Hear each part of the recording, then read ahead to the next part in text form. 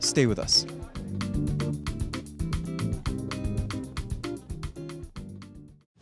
Welcome to this very special luncheon that is a celebration of a phenomenal woman who is dear to our hearts. A woman whose name denotes both her aura and emotion she most often evokes in those who have the pleasure of being in her presence. Joy.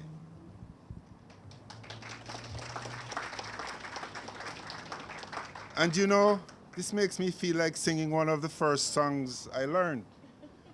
Joy, joy, my heart is full of joy. All right, no more.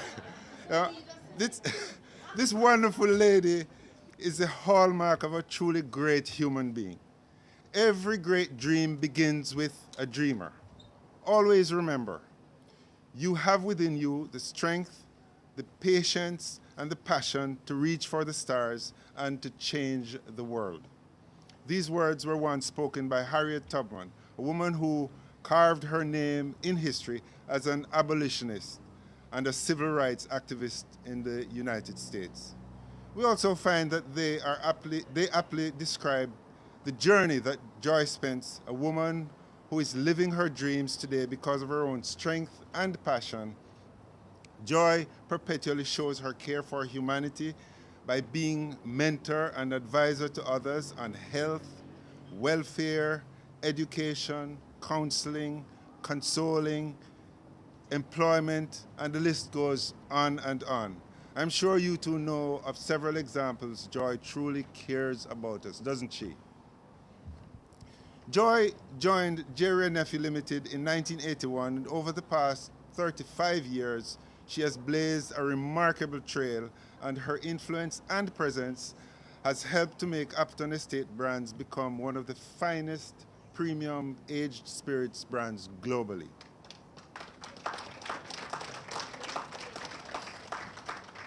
During her 20 years as master blender, a historic role that she took on with her usual positive outlook and quiet strength, Joy has created some of the finest rums that the world has ever seen, including Appleton Estate Reserve Blend and Appleton Estate Rare Blend 12-year-old. She has also created the limited edition rums, Appleton Estate 30-year-old Jamaica rum, Appleton Estate 250th anniversary blend, which was created to celebrate the 250th anniversary of the Appleton Estate, and the Appleton Estate 50-year-old Jamaica rum, a 50-year-old minimum age rum that was created to celebrate the 50th anniversary of Jamaica's independence. These are without contradiction among the world's finest rums, but Joy has also created libations for the ordinary man like me, in Magnum, and others. Truly, she spans the full spectrum in her exotic creations of the finest blends, as much as she has with people from all walks of life. Today is not only a celebration of joy, but also the launch of the Year of Joy. So we wanted to give you a sneak peek of some of the activities that we are planning in 2017 to celebrate Joy's 20th anniversary as Master Blender. The global plan that we have created to celebrate this special milestone has been built upon 3 pillars. The first pillar celebrates 2 of Joy's passions outside of creating exceptional rums. That is Jamaica's cuisine and mentoring young people. For the Appleton Estate Taste Program, Joy will partner with a Jamaican chef to combine their experiences and expertise to create Jamaican-inspired recipes paired with our delicious Appleton Estate premium rums. These recipes and rum pairings will then be used around the world to celebrate Joy's anniversary and to promote Appleton Estate and Jamaica. As the world's first female master blender, Joy has always been very encouraging of women who work in our industry. And our second program, Appleton Estate Celebrate, will, as its name implies, celebrate females in the spirit industry.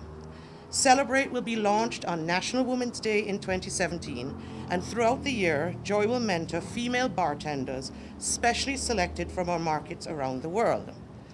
The program will culminate in November when these ladies travel to Jamaica to meet Joy in person, visit the newly renovated Appleton Estate Rum Tour and Visitor Center, and enjoy an itinerary specially curated for them, including a philanthropic activity chosen by Joy and supported by the JWN Foundation. Our second pillar is all about educating the world about premium rum and Appleton Estate. And in 2017, Joy will visit over 12 countries to spread, pardon the pun, the joy of rum.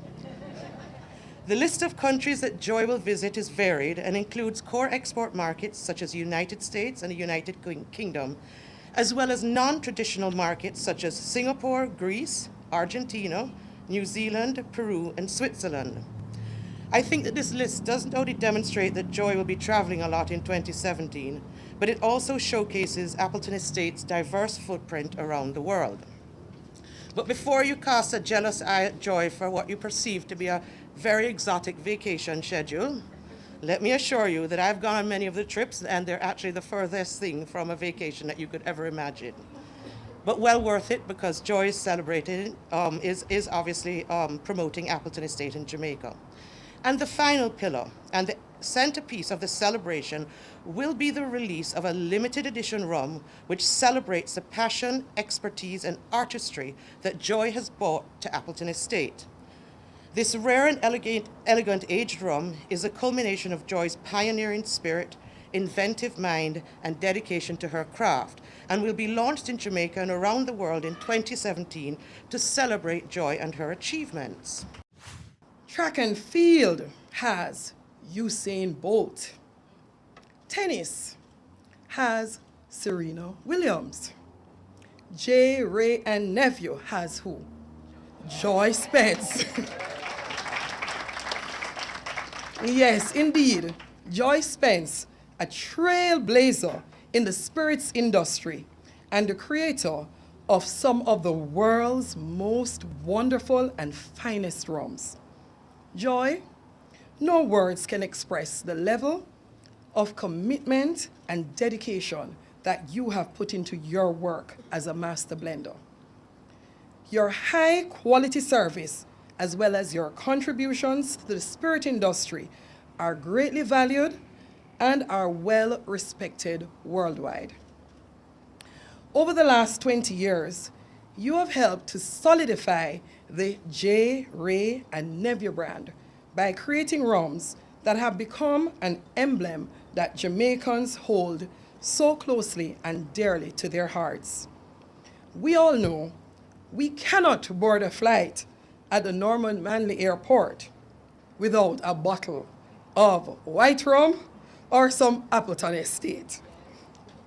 Today, we honor you not only as a master blender of fine spirits, but as someone who has broken the glass ceiling and has mastered the ability to make your passion for the arts and sciences into a successful career.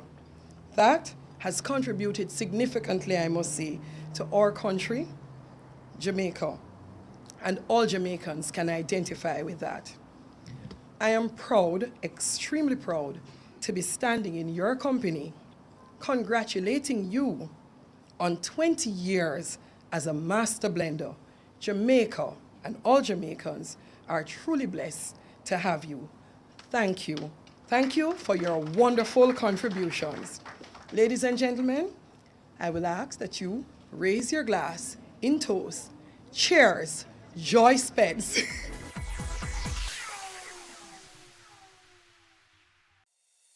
Accounting software selection and implementation. With the number of computerized accounting software packages available for small businesses and individuals growing every day, selecting one that is right for you has become increasingly difficult. As accounting professionals, we have knowledge of most programs, either through personal experience or industry literature. Our experienced staff can help you choose and implement the system that best fits your needs.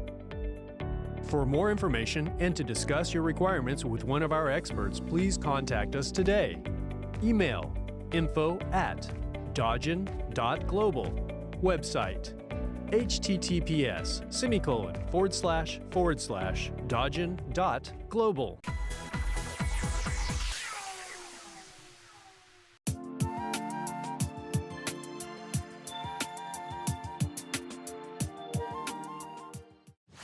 One of the first things I'll say about Mommy, and somehow only my brother and my father seem to share this sentiment, is that Mommy is one of the most miserable persons I know.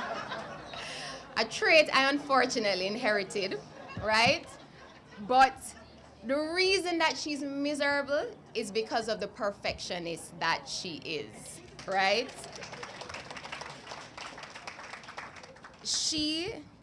Everything has to be in place. She takes everything on her head, no matter what, even if it doesn't have to do with her. But because of that, she's one of the most selfless persons that I know. Mommy puts everybody before herself, and I mean everybody. It doesn't matter who you are. She tries to help everybody that she comes into contact with. There's a term called pay it forward, which, you do something for somebody and then they in turn do it for somebody else. But not only does Mommy pay it forward, but somehow she manages to pay it backwards, because everybody that she does something for turns around and does something back for her. So to give you an example, I remember a long time ago, this was shortly after my parents had just finished remodeling the house that they now live in. And I went to the house, came home one evening, and I saw this table around the back, and the surface was redone nicely, broken tiles, very fancy looking. And I said, Mommy, who did this? She said, oh, the tiler just showed up and said he was going to do it for her free of cost, because when he was working on the house, Mommy took care of him, and he was truly grateful for how she treated him. And that's just the type of person that she is. No matter who they are, she looks out for everybody's best interest. And that's CNN Mom. So I couldn't say anything about Mommy without using the term CNN Mom, and only my immediate family know what CNN Mom is. Anything you want to know, ask CNN Mom.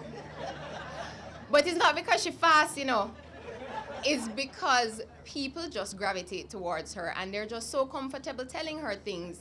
Mommy will be giving stories about people and say, Mommy, how you know the people business? And she say, I didn't ask, they just told me.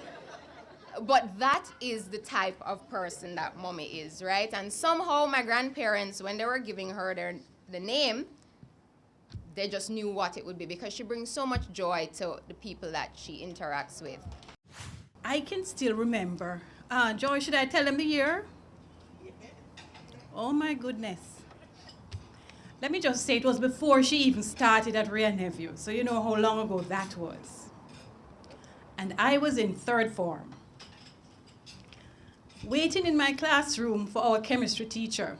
But that was not quite fun. Why? Because he was a kind of wet blanket teacher, if you know what I mean. Any little spark of excitement and enthusiasm you had, he would just smolder it and kill it, stifle it.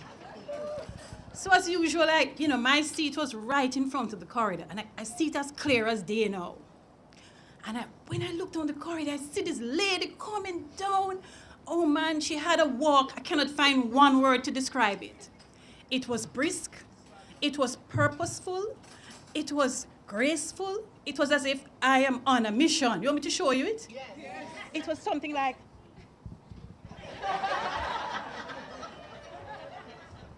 And us girls were all saying, wow. And I thought to myself, there comes a real lady. But the interesting thing, she didn't pass our classroom. She came into the classroom, and I'm looking at it right now. And she introduced herself as Joy Bateman, it was at the time. And she said, I'm your new chemistry teacher. Oh! Lord have mercy. She transformed that classroom in an instant. She had us playing games, nursery rhymes, so many different things. I can still remember the little gem I put together to remember the elements of the periodic table, thanks to Joy. And from that moment, I called her mentor. Joy Spence was born in the parish of Manchester, but has called Kingston her home since she was 2 years old. She fell in love with chemistry at the age of 13, encouraged by her beloved chemistry teacher at Holy Childhood High School, Eldora Mills, and had dreams of becoming a scientist. Little did she know that her passion for chemistry would one day translate into an illustrious career as J. Ray and Neville Limited and Appleton Estates Master Blender, and the first female to be appointed Master Blender in the entire world.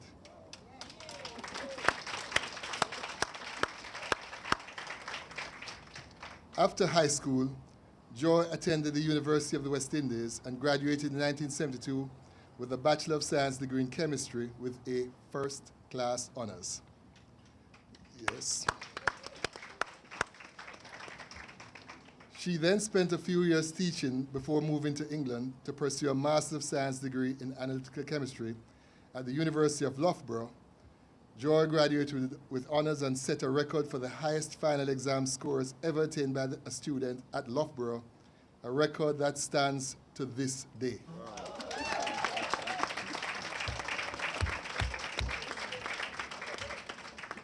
After graduating from Loughborough, Joy returned to Jamaica and to teaching before joining J. Ray and Neville Limited in 1979 as chief chemist.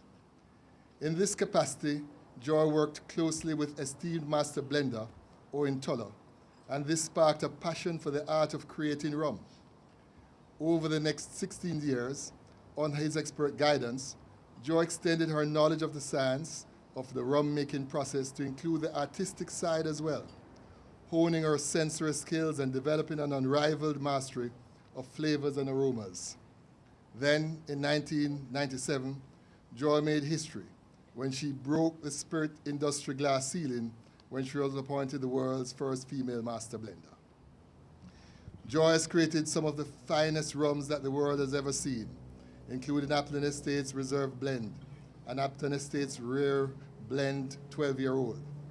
She also created the limited edition rums, Appleton Estate 30-year-old Jamaica rum, the Appleton Estate 250th anniversary blend, which was created to celebrate the 250th anniversary of the Appleton Estate, and the Appleton Estate 50-year-old Jamaica rum, a 50-year-old minimum age rum that was created to celebrate the 50th anniversary of Jamaica's independence.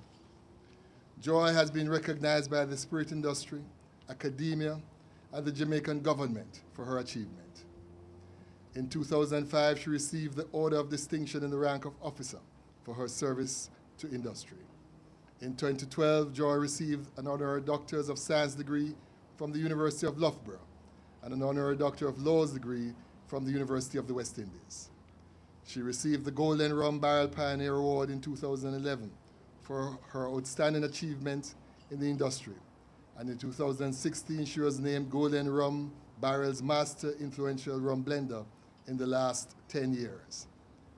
For her 35 years of service to the company and the international spirits industry, J. Ray and Neville Limited honors Master Blender Joy Spence, a remarkable woman who embodies passion, love, and above all else, joy.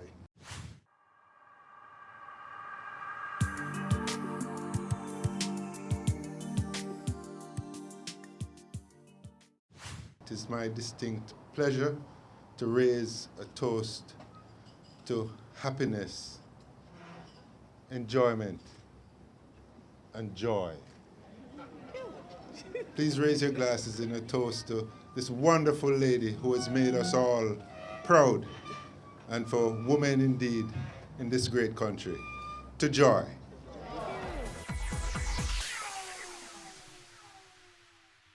Your business matters. Business Access TV offers you the most innovative and effective advertising solution for your business, specializing in B2B sales, cost-effective solutions, the customers you want, the repetition you need. No matter the size and nature of your company, your business matters. Call us at 876-291-6233 or 876-376-4225. Email sales@batvja.com.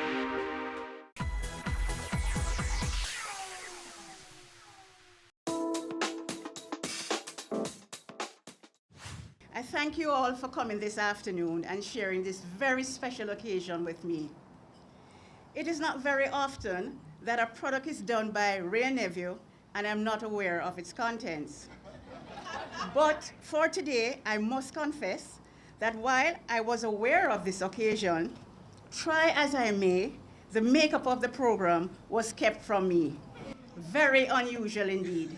Those who belong to Ray Nephew know about the hallway gossip.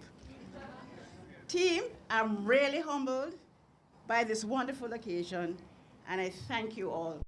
My family is very important to me, and I'm glad that they're here to share this occasion with me. I thank them for their support, as they have always been a great source of strength and inspiration for me. Where I am is due to the foundation laid by my parents, who taught me to put my heart, mind, and soul into even the smallest actions, and success will be my reward.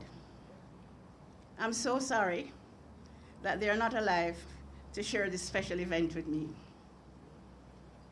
The words of Maya Angelou define my mission, and I quote, "My mission in life is not merely to survive, but to thrive, and to do so with some passion, some compassion, some style, and some humor.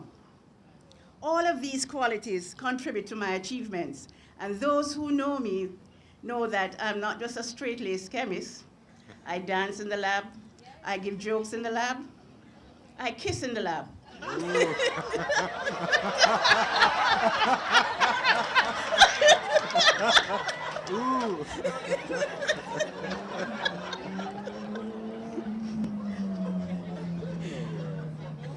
On the cheek, on the cheek.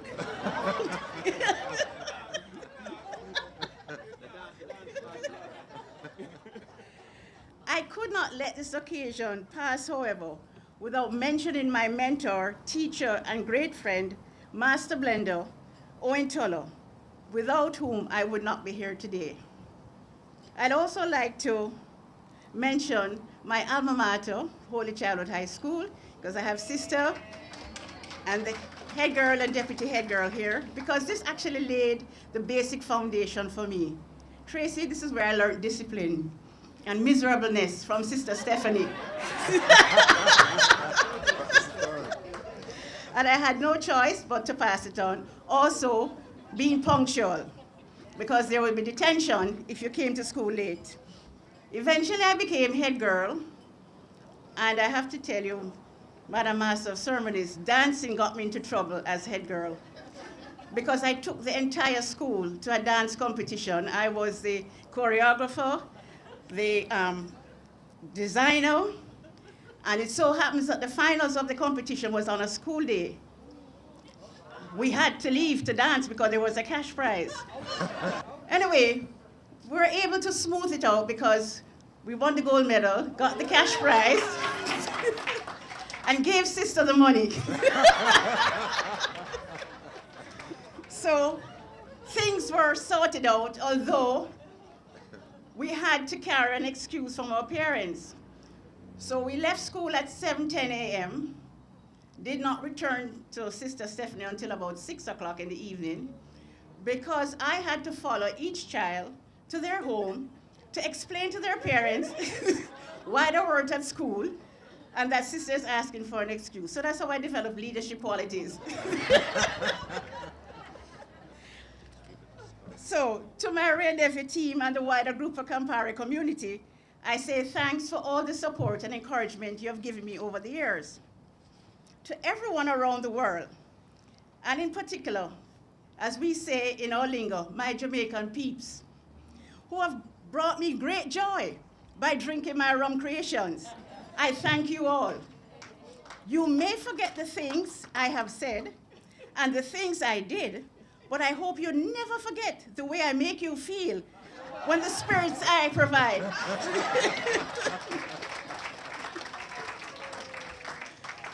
Continue to delight your palates with the finest rums in the world, but please do so responsibly.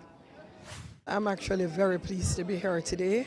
I am not a rum drinker, never had rum before, but I can absolutely appreciate being a Jamaican and being a woman, and having Jamaica having the distinguished privilege of having Joy Spence, the first female master blender in the world. a fellow Jamaican. She is an exciting woman. I'm actually happy to see a female so interested in chemistry and one who is willing to pass on the zeal and love for the sciences and chemistry to other Jamaicans. You know, Joy has been an institution within an institution. Her work is the finest in the world, and that's exemplified by the brands, the blends that she has created. And of course, being the first female blender on the globe, you can understand how emotional, passionate we are about her and her work. Oh, it is an awesome feeling. I feel very humbled, and I really have to thank the Ray Nevia family and of course the wider group of Campari community for actually arranging this function and this celebratory event. I was very surprised about the event, and I must say I am very grateful for this particular occasion. And that's it from us here at the Terra Nova All Suite Hotel at the luncheon honoring Master Blender Joy Spence. I'm Leroy Hall for Business Access TV, serious about business.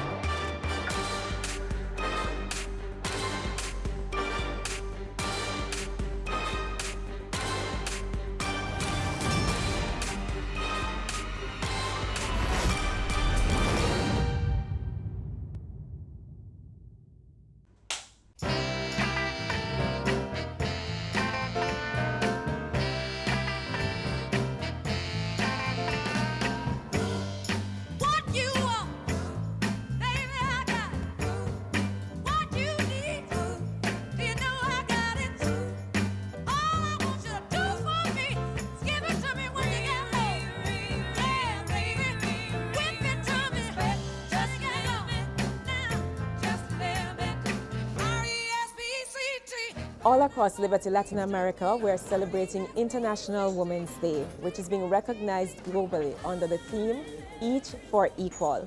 Today in Jamaica, we're no different. We're kicking off our celebrations with a summit under the same theme, but focused on a passion for action. We brought together our team members from all across the business, male and female, to talk about being passionate about action. We also brought in a special guest, Audrey Hinchcliffe, who was able to share her journey, pretty much giving tips and insights on what it takes to be a female leader in business. And then we had our panel discussion, focused on what do we need to change the narrative. And we had with us Empress Golding, who is an advocate. We had Dennis Brooks, who is a journalist and educator. And they were joined by our own Susanna O'Sullivan, who is our first female director of technology operations across the CNW group. It was a phenomenal day. Our team members were inspired, they were challenged, and we had really honest conversations, which we feel is a part of changing the narrative and moving the conversation forward. This year, we're all committed to being each for equal. We're all committed to ensuring that even as we look at what we can do individually, we are looking at what we can do and how we can make this bigger and better collectively. Passion for action starts not just with us here in the business, it starts with everyone. Flo would have embarked on a journey at the end of 2018 when our country manager, Stephen Price, signed on to support the Win-Win program under UN Women. And the Win-Win program is really about a commitment to establishing and progressing your organization as a gender-balanced workplace. After making that commitment, we would have looked at different things in the organizations. We would have had feedback over the years from team members. And in March of 2019, we announced that we were looking at rolling out a parental leave policy. By June of that same year, we were able to roll out a parental leave policy for all our team members. And this has really transformed the workplace for us. It has also triggered a national conversation as more and more persons recognize that being a man at home in those early days is not just about taking the time off and, as some men would say, you know, helping out. It's about being an equal partner in that journey. And we're happy that we are one of the pioneers of that discussion. And to be fair and to note, this was not just being done in Flow, Jamaica. This was something that was rolled out in every subsidiary in the Liberty Latin America group. Subsequent to that, we've also spoken about manager hours, and we've rolled that policy out as well, where we allow some flexibility in terms of your work hours, which allows if you have medical appointments, if you need to be at home to take care of a sick child or a loved one, maybe it's your parent. We allow some flexibility in terms of whether you can come in later or you leave earlier, or we look at an arrangement where you can work from home for a period of time. And this is about, again, promoting gender balance in the workplace and allowing that equal opportunity to all employees. We've also moved forward, and as we speak about each for equal, here we've shattered the glass ceiling with the appointment of our first female director of technology operations in Susanna O'Sullivan. We're a company with over 100 years of history, and for the very first time we have a female heading up what is a core aspect of our business, and this for us is a major indicator of how committed we are to moving this forward, to demonstrating that we're not just about signing on to a principle, signing on to a philosophy, but we are committed to taking concrete steps and definitive action to advancing real change in the workplace as we do each for equal. You may have to adapt a little bit differently because the stigma does exist. So I was recently appointed to the Senior Director of Technical Operations role. That role covers Jamaica and Cayman. And what it does, it oversees the teams that are responsible for construction of our infrastructure, network infrastructure, maintenance of our infrastructure, and installation and repairs from a customer standpoint. So being the first female to be appointed to this role in over 100 years is testimony to the changes in the dynamics of our industry and just the country as a whole, right? There's a lot more emphasis on equality. There's a lot more emphasis on ensuring that women have a seat at the table at the senior leadership level. So it's a positive move. What it means for me, it means that there's a lot of pressure. It means that I have broken through the glass ceiling, and it means that there is no room to fail, that I have to ensure that I excel in this role. What it says is that we've been talking a lot about gender equality, but there hasn't been a lot of action behind it. And I often feel that we tend to use it as a reason to define our success. What this says is that we can own our own success as individuals, as women. It means that there are opportunities there that will present themselves, and that is possible. So I do see it as an inspiration. Each for equal for me means that we need to look beyond gender. We need to recognize competence, we need to recognize the person and not the gender of that individual. That is what it means for me. Each for equal is about supporting each other. It's about empowering our young women, it's about helping them up. Each for equal means if I have attained a certain level of success, I need to look at those who are coming behind me, and I need to look at how I too can also help them reach that same level of success. And then it's also about the relationships at home. It's about the dynamics between the male and the female in the relationship. What are the responsibilities? Are they shared? Are they assigned? Each for equal means standing up for each other, being balanced in the assignment of work. It also means that we're looking at fairness across the organizations across the country.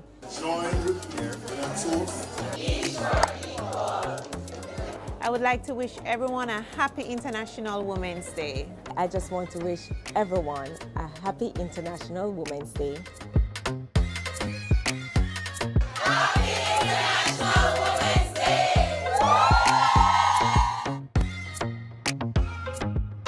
Can't ball in a life, man.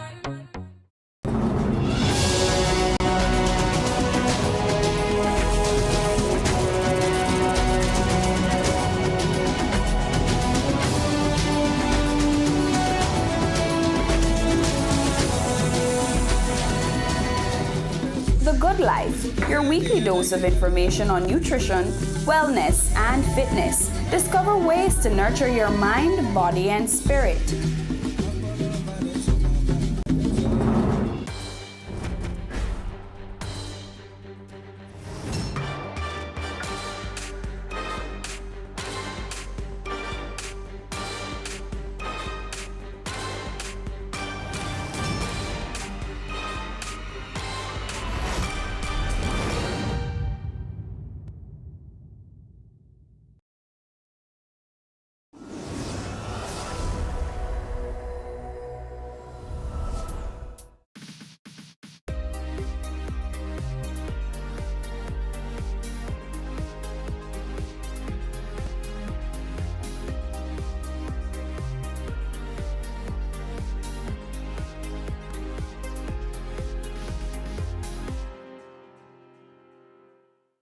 It's International Women's Day, being observed under the theme, I Am Generation Equality, Realizing Women's Rights. According to unwomen.org, the year 2020 is a pivotal one for advancing gender equality worldwide as the global community takes stock of progress made for women's rights since the adoption of the Beijing Platform for Action. Welcome to Jamaica Magazine. I'm Theodore Henry. Coming up in today's magazine, we'll highlight some of Jamaica's influential women and help you find your passion. You don't want to miss a minute, so stay tuned.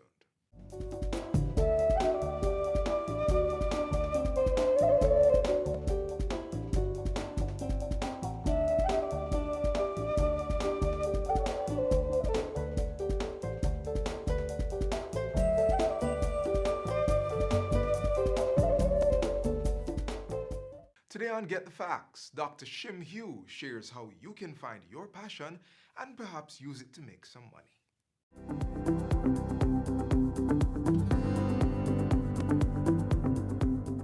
Welcome to Get the Facts, the program that provides you with information on government's policies and initiatives. I'm Carrie-Ann Smith-McIntosh, sitting in for Entros Campbell. Today we're switching things up a little bit because we want to help you with a critical aspect of your life. And this, I guarantee, will set the pace for years to come. We're talking about finding your passion. Joining us is someone who is no stranger to the Get the Facts set, Dr. Sasha Shim Hugh, who is a manager in the Workforce Development and Employment Division at Heart National Service Training Agency Trust. Dr. Shim Hugh, welcome. Thank you for having me. All right, so we want to get straight into the meat of the matter. What is passion? To answer that question, I'll pose another question. What are you passionate about? Truly, passion is what drives you. It's the verb. It is something that you think about late in the night. It wakes you up. You can't shake it any at all. You believe that your life will be complete once you are able to achieve or do these things. That's what passion really is. That thing in the bottom of your belly that you feel, having done that, life would be perfect. Wow. And does everyone have passion? Yes, but not everybody is in tune with their passion, and that's what makes the difference. Okay, so how do you discover your passion? And I would like a step-by-step process because, you know, I need to connect with it. How do you discover it? So passion first is based on that thing that you think about. So if it is that there's something that you believe that once you have achieved it, life would be complete, that is first what your passion is, and it's tied to your purpose. Having identified what your passion is, it requires more research. It's not just, okay, I love to speak, I'm going to be a great public speaker, so I'm going to quit my 9 to 5. It's really about researching what it will take to make sure that my passion is aligned with my purpose and is aligned with my pocket. So I also find out from other persons, how can this passion that I have lying deep within can be materialized. What funds do I need, if any at all? Do I need to go back to school? Do I need to speak with someone who is living their same passion, one that is similar to mine, out loud? So research is key.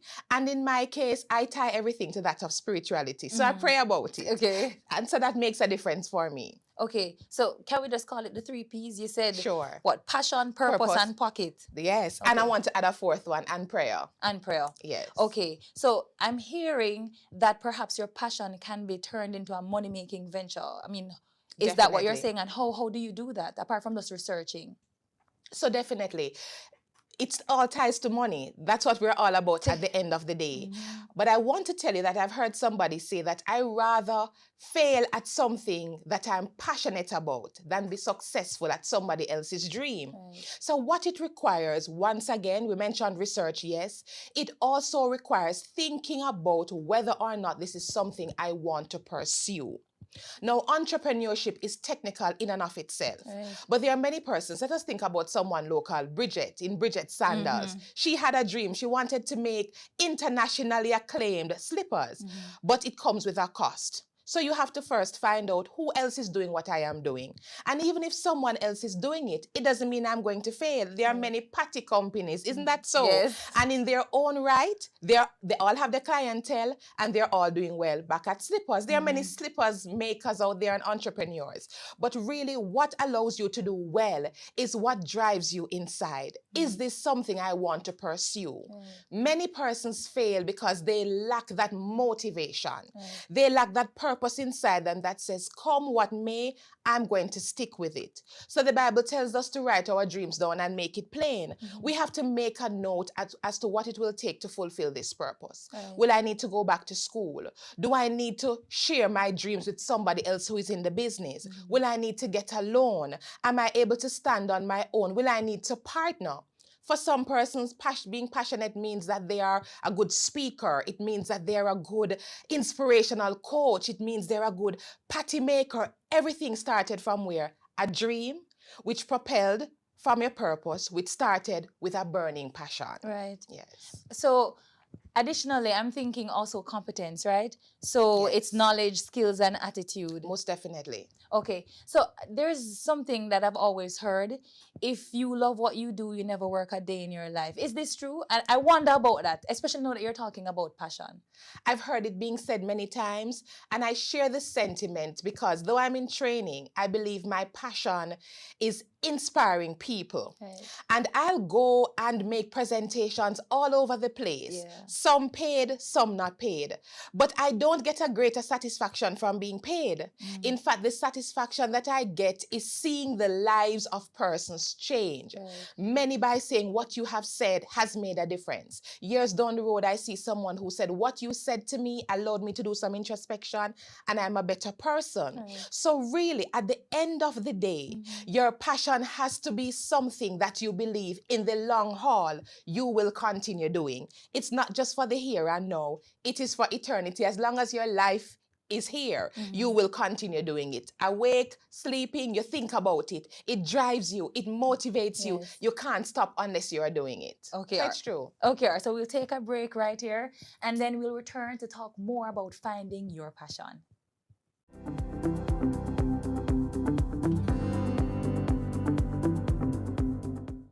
Garbage collection, maintenance of public sanitary conveniences, upkeep of cemeteries, provision of water shops, road improvement, street lights, poor relief programs, community beautification. All these services are funded by you. Yes, they are, when you pay your property tax. Pay your annual property tax to make Jamaica the place of choice for all.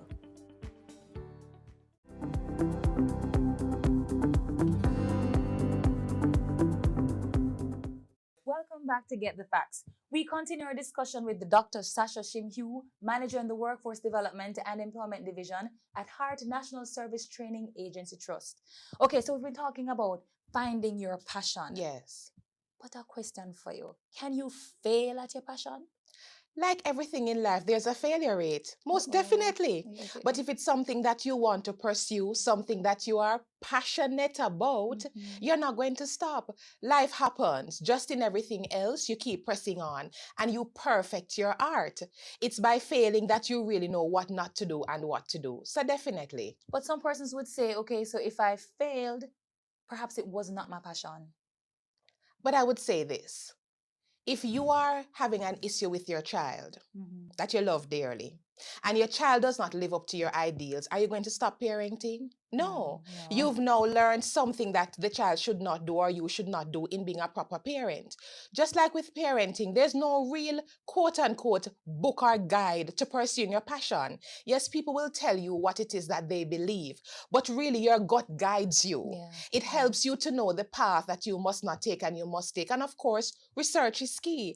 But ultimately, just like with the light bulb, we've heard the story many times, 1,000 or so tries and then he got it right. He was passionate about creating something that no one else had created. And that's what passion does. It propels you into your purpose. Right. Okay. All right. So all positives, and I'm sure the audience will embrace that. But what about the challenges that you face as it relates to translating your passion into becoming a job, etc.? So there are some basic things. One, self-doubt. Yeah. We are our worst enemies. We are our worst critiques. We find every reason why it will not work. And it starts in the mind first because we tell ourselves we can't, even when we can. So many times our mind prevents us from moving forward.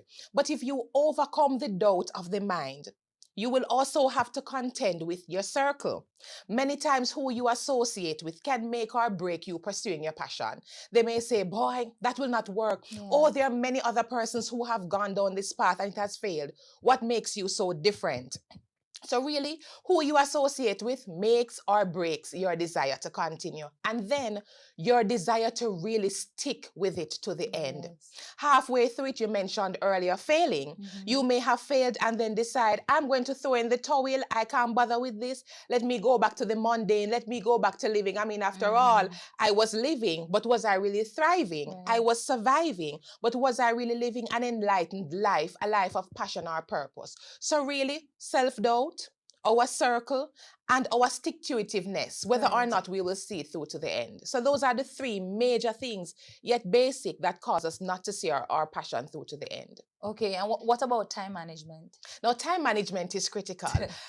In a positive and a negative way. There are persons who say, oh, I have all my life to actualize my passion. But the truth is, if it's something that you really want to do, the time is now.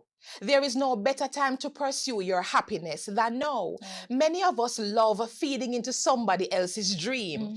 Sure, you heard the story about this boss that this coworker who said, boy, boss, 10 years down the line, you'll have another Lamborghini like this one. And the boss said, yes, you will help me to realize that maybe in 5. So while we are there living somebody else's passion out loud, we need to understand that the time is now to start doing your research, writing it down, seeing how is it that I can achieve what I want to achieve. Do I need to register my business? Do I need to do some business cards? Do I need to promote myself? Let persons know that, hey, I'm a great singer. Do I need to now find myself in different avenues? Do I need to put value on myself? And that is the beginning of greatness. It's the beginning of your passion being fulfilled. Also, there are persons who believe, I might be too old. I was going to ask you about that. One not dead, not forgotten.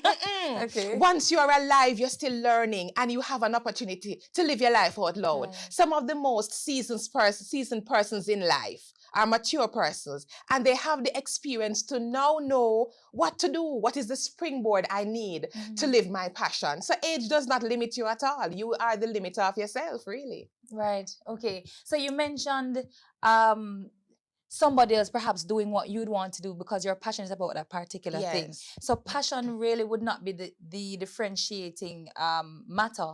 What would you do then to stand out? So you're both passionate about a particular thing. What would you do to stand out in that business or that area? Excellent question.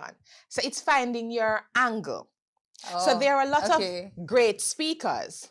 but what it is that is needed. So that's where research comes in. There might be persons who are talking about how to be a great business manager, but then you have something else. You might be able to talk about what it requires to be an excellent publicist. You're still a presenter in your own right, but your target market is different. So that's what makes the difference, really. And then it is having that winning edge. All right. So you make clothes, and your clothes is for a pregnant woman. That's a target market.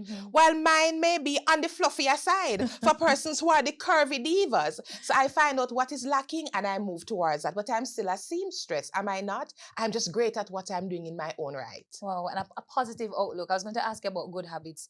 Leave with us some good habits if it is that you're a passionate person and you want to ensure that you realize your passion. So the first thing is that burning desire that it's inside of you that wakes you up in the middle of the night. That is God knocking at the door saying to you, you have been created to do this. And the knocking won't go away, because if you have not been living your life out loud, it won't happen. One, that's one. Two, do some research. Find out how it is that you can do what you need to do in the best way possible. Think about the marketplace that you're trying to target. What is the need in the marketplace? How can I make a difference? How can I stick out? Do I need to have flyers that are color-coded so when persons see me, they remember me based on the color? And also, it's important to note you may not always make it financially initially. But if you stick with it, it will make a difference. So make sure that you keep on the line to success. Passion really is about you and nobody else. And sometimes it's a lonely road. People may not understand why you are doing the things that you're doing, but ultimately you and God know. So keep pursuing, keep the dream alive, dream it, believe it, and live your passion out loud. You know, I actually said that was the last question, but just because you're talking and you make it sound like you're going to get the passion or fulfill it right now. What about timelines? So I want to do another sandals business. Will I get it done in 1 year, 2 years, 3 years? You have a timeline in mind? It really depends on your resources. If you have the financial will, the know-how, the support, then what is preventing you from doing it now? But if it is that you have to acquire other things, more knowledge, a support system, networking, if you need additional resources, then you now need to say, in 6 months, I'll do X. In a year, I'll do Y. But timelines keep you in line, and it allows you to do some assessment and evaluation to see, am I achieving what I want to achieve in the time frame that I want to achieve it? Dr. Shimhue. Beautiful. Thank you so much. Thank you for sharing. I'm sure that we will find the passion within and we will unleash it. Thank you. Thank you for having me. All right. So this has been Get the Facts. Our guest was Dr. Sasha Shimhue, Manager in the Workforce Development and Employment Division at Heart National Service Training Agency Trust. Find your passion, fuel it, and make it work for you. And if you think about it, life's biggest success could very well be just on the other side of your passion. Until next time, when Get the Facts brings you more information you need to know, I'm Carrie-Ann Smith-McIntosh. Thanks for watching. Take care.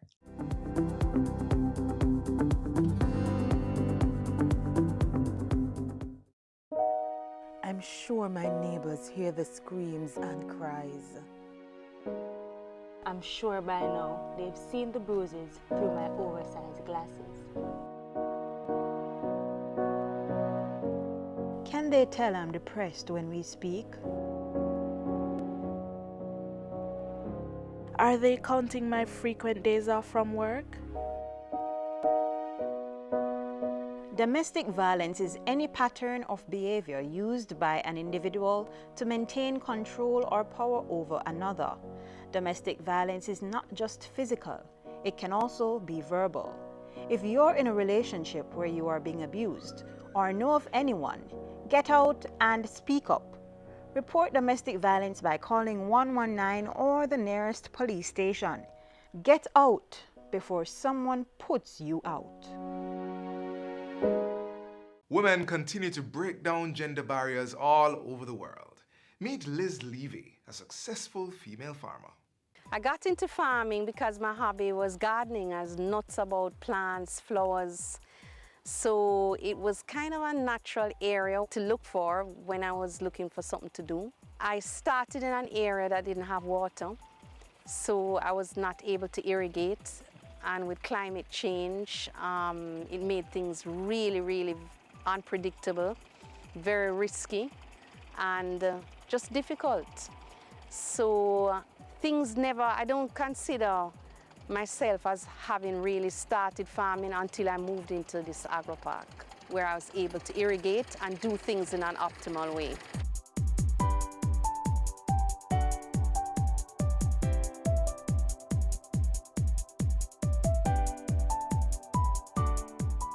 Amity All is approximately 2,400 acres. We have 22 investors, 5 of which are female. The soil is predominantly Sydenham clay, and the crops that do well here, we have the cucurbits. That would include pumpkins, sweet potatoes, zucchini, squash. Also a few tubers do very well, sweet potatoes and cassava. Those crops do very well. We also have a lot of farmers who have gone into the Scotch bonnet pepper, and they're also doing very well. Once we manage the water application with the type of soil that we have and give proper nutrition, these crops do very well. Life has been a learning experience primarily because of the Sydenham clay, but I don't know if that's particular to this park. I think anywhere that you go, you have to learn to work with what you have. So it's been a learning experience, and but one good thing about it is that you see the rewards at the end of the day because you're able to irrigate or fertigate, which is fertilizing through the irrigation system. So you're getting closer. I see myself inching closer and closer to the point where I'll get optimal yields, which is what every farmer wants. Everything that I produce goes to food processors. And the particular processor that I sell to, 90% of their output is exported. So I like to think that I'm a part of that whole chain that is earning foreign exchange for the country. I plant only hot peppers. I'm trying this year to try and stretch myself and learn other things. So I'm hoping on the boundaries I've created little areas where I'm going to do some experimentation. But for now, I'm only doing hot peppers and specifically Scotch bonnet. I've set myself the challenge of trying to master that because of the 2 types that we grow here in Jamaica, that definitely is the most demanding one. So still going up the learning curve. I think the reason why I settled on peppers is because you can sell it. You don't have to scratch your head and wonder where you're going to sell it. Because most of the processors have back orders, export orders. And in fact, we've found ourselves in a situation in Jamaica where processors have to import pepper mash. So you will never, ever have a problem selling your product. If you never went to farm school, if you don't really have experience, try to get into a situation where people are readily accessible to give you that encouragement, not just advice, technical advice, but also encouragement, because sometimes you may go through a little period where you feel, wow, is this really worth it? And that support is valuable. But that's one thing. In terms of practical advice, don't go anywhere without water. Just don't go anywhere without water. That's the mistake I made. And the second thing is try to farm reasonably close to where you live. Another mistake that I made, because how often you go to your farm, the hours you put in, it shows. The further away you live, you try and cut corners here and cut corners there, and it will show. When you come to Amityville, there are a few things. There are things here that can help to foster your production. One, we have a team of stakeholders working together to cater to your needs. We have the RADA extension officers, we have the persons from NIC, we have the team from AIC. We also have a group of farmers that are willing to work together to help to move the produce not from the ground to the plate.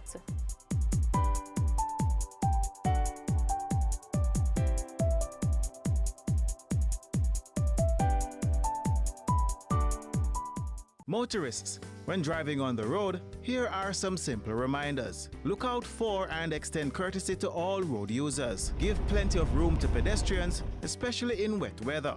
Drive slowly. No bother wet them up. Slow down when approaching a pedestrian crossing or school, and always be prepared to stop. Remember, a school zone is a 30-kilometer zone. Cut your speed. Drivers of large and slow-moving vehicles should always keep in the far left hand of a dual carriageway. Keep it simple. Drive left and pass right. These are just simple reminders of your road duties. Drive safely.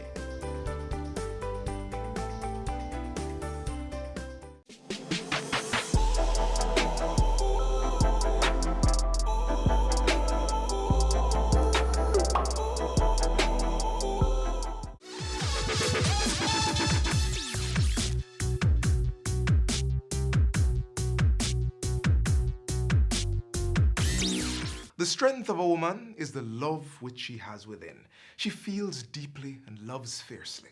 She's caring, nurturing, someone you oftentimes can't do without. Let us work together to protect our women and our men and children for that matter. On this Women's Day, let us all make a pledge to do something special for the women out there to make them feel appreciated as we continue on our journey of making Jamaica the place of choice to live, work, raise families, and do business.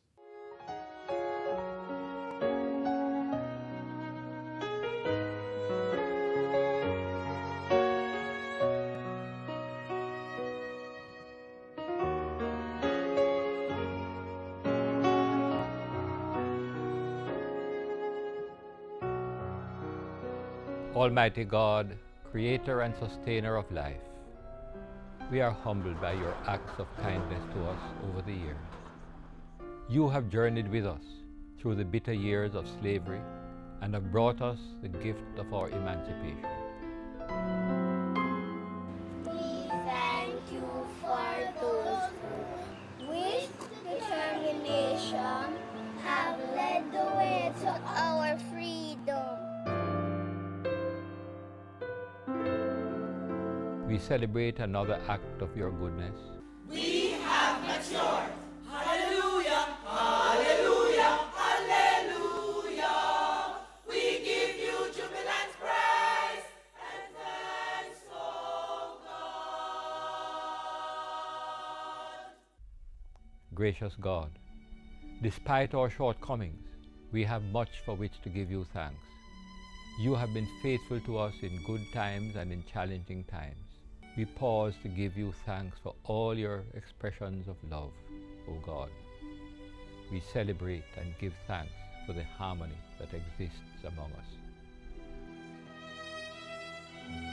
Truly, we are living witnesses of what it means to be out of many, one people.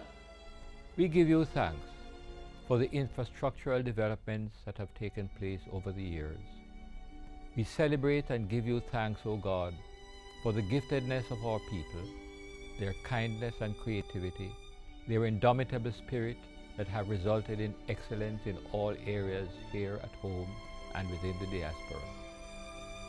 Oh God, we truly love our country, and we thank you for making us a special people admired by the world.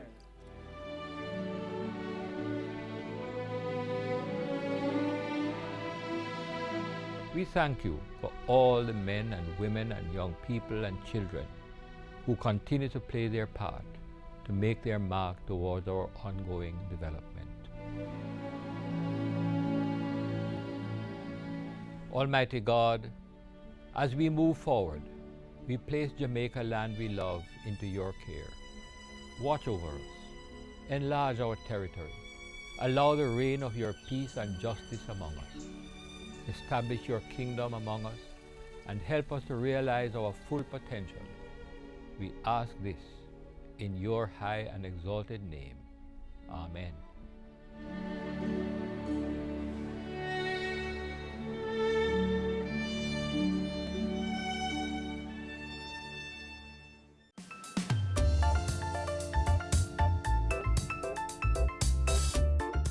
Thanks for watching another edition of Jamaica Magazine. Join us again tomorrow when we'll do this all over again. Send your feedback on today's show to Jamaica Magazine at jis.gov.jm. Also, follow us on our social media pages and download our app on your Apple and Android devices. And you can also visit our website at www.jis.gov.jm for more information. On behalf of the entire production crew, I'm Theodore Henry. Thanks for watching.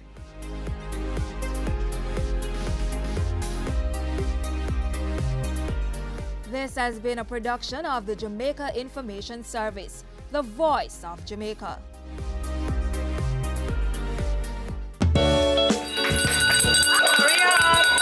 Creating change. Building a future. Caring hands. Giving back. Touching hearts and shaping lives.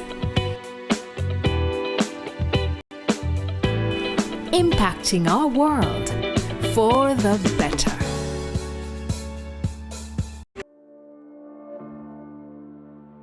Every parent wants healthy children and nutritious meals, and yet a lot find it hard to succeed in helping their kids to develop good eating habits from early.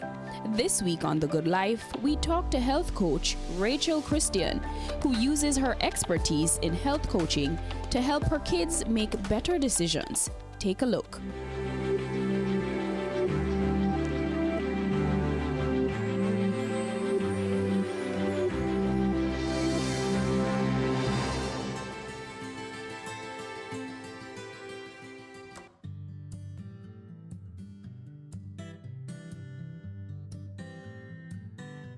I'm Rachel Christian. I'm a health coach, and basically what a health coach is somebody who guides a person along their journey towards better health, helping them to make the correct choices and develop sustainable habits which will keep them along their healthy lifestyle path.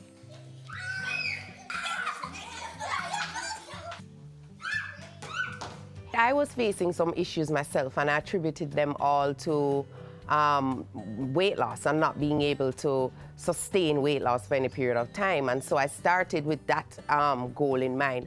And then while I was on my journey, I realized that all of my efforts would be counterproductive goal-wise if I didn't get my other foods, my primary foods in check. When we think about health, we often think of just, food and exercise. So there are two foods that which we nourish ourselves with. There's our secondary food, which everybody knows about. It's our nutrition, what we put in our mouth.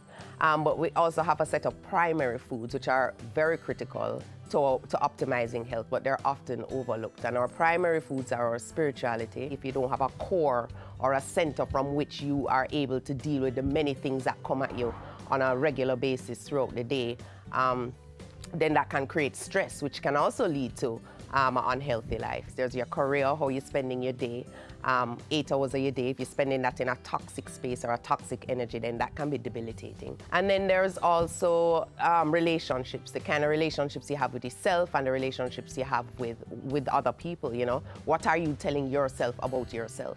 That can also lead to unhealthy life. And so once I started to focus on those things and keep them in check, it became much easier for me to control how I exercise and also to control how I eat. I lost the weight and I became healthy. But then in that I realized health is about so much more than weight loss, you know, it's about the life that you gain. And once I was eating better foods and exercising and paying attention to my primary foods, my life just opened up in so many different ways. I was able to achieve so many more of the goals that I set for myself. My whole outlook, my whole passion, my energy, my drive, my clarity, all of those things just improved. It's something that I don't think people realize is possible, and even if they know it's possible, they don't think it's achievable, and I just want to help them realize that it's so achievable and so possible.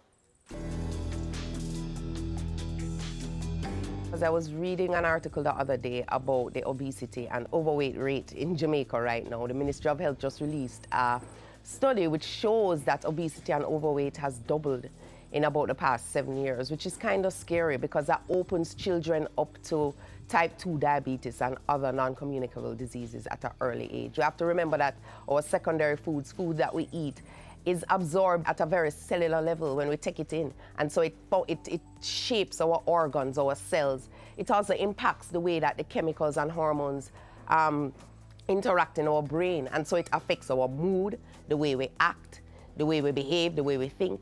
Nutrition for children is extremely important because I spoke to the fact that type 2 diabetes is real, overweight, obesity, and non-communicable diseases. But also in terms of their passion and their clarity and their drive and their goal achievement. It's very, very important. We can do small things to influence their behavior from a young age so that when they get big like me, they don't have to struggle, you know, for so long, or it don't have to be such a hard fight to get their health on track the way I struggled before to get mine on track. If they introduce small habits from a young age, then when they grow up, they'll hold on to these habits and it will become easier for them to, you know, make health a priority. You know, we are influencers of our children's behavior. We determine how they behave, we determine how they diet, how they see food. It's very unfortunate that sweet, sugary, processed snacks are the cheaper way to go. They're the cheaper alternative. But you can do little things like you can shop at, instead of buying your food produce at the supermarket, you know, go to the market, go to a farmer's market and buy it. It works out to be cheaper. There are also small things you can do. You know, we say start as early as infancy with breastfeeding. Breastfeeding is very, very important. One of the things that's interesting to point out is that formulas, when you're feeding a baby out of a bottle, they don't usually stop when they're full. They stop when you finish feeding them the bottle, when the bottle is finished. And so breastfeeding gives the child a chance to stop. So they're able to control then their intake, and that's something that follows them through life as they get older. I don't give my children rice every day. I give them ground provisions most of the time. I swap out white rice for brown rice where I can. I always ensure that they have a piece of fruit with their breakfast. I don't at all let soda into my house. Soda is not allowed into my house. They have it from time to time when they're on the road, you know, rarely, but it's not allowed in my house. My children drink water, and if they're going to drink juice, then they drink freshly squeezed juice. Because when you look at these packaged juice and the soda, 20-ounce can of soda has 16 teaspoons of sugar, and that's per serving. If they get sugary drinks, I mix it, I dilute it with water to kind of cut down their sugar intake. I tend to stay away from sweet fruits for my kids. I give them, you know, but I give them in moderation, and I give them more of the fruits that don't have in so much sugar, like watermelon, cantaloupe. I give them a lot of berries. I give them Ethiopian apple is another favorite of mine. So not so much the grape and the pineapple. You have to be careful with the servings of those because they have a lot of sugar, and although it's good sugar, it still metabolizes our sugar. So I also introduced a thing in my house, you know, meatless Mondays. They have Taco Tuesdays too. For one day out of the week, we don't cook meat. I recently moved it to 3 days now, so we have 3 meatless days. But I give them, they have chickpeas instead. They have beans, a bean salad. They didn't draw to these things. Remember that these things didn't come to them naturally, you know, right? Especially my older two, who came in to my lifestyle a little later than my youngest one. So it took coaching, you know, I had to sit at the table with them, they had to see me eating it. But that coaching didn't last a long time. I mean, they get used to it sooner than you think. And in our head, we tend to think it's like so much work and it's going to take so much out of me. Believe me, it doesn't. So I come up with these little themes, because if you make it fun for them, you know, they'll become more involved. And they get involved. And another way too is that I get them involved in making my green juices. They help me to make my smoothies. They help bake cookies with me. When children feel like they're a part of something, they're more eager to try it after. So that really works for me. I ensure that they are not sitting down in front of the TV 24/7. So that whole sedentary lifestyle with the whole iPad and sitting down in front of the TV, no, not all day. You know, get up, go outside and play. Sign them up for extracurriculars. Make sure they see you working out and make sure they see you eating healthy. That's a big part of it. We don't realize children at this age are very pliable. You know, we can mold them. It might look like, oh Lord, I'm not gonna eat this, I'm not gonna eat that. Over a period of time, you keep being consistent in giving them, sitting down with them, let them see you eating it. eating your vegetables, eating your fruits, and they'll come into it. I mean, it's easier, and it's much easier when you start them from a very young age. Like case in point, my children, I have 3 children. And so my journey started roundabout when my last child was a baby. And so he was introduced to green juice, noni tuna, aloe, smoothies at a very young age. So my children now, the bigger ones, they'll have it. But it's more like I have to really encourage it with them. With Jacob, the youngest, it's seamless. I mean, he goes for that.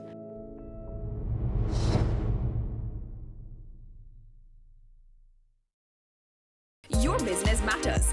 Business Access TV offers you the most innovative and effective advertising solution for your business, specializing in B2B sales, cost-effective solutions, the customers you want, the repetition you need.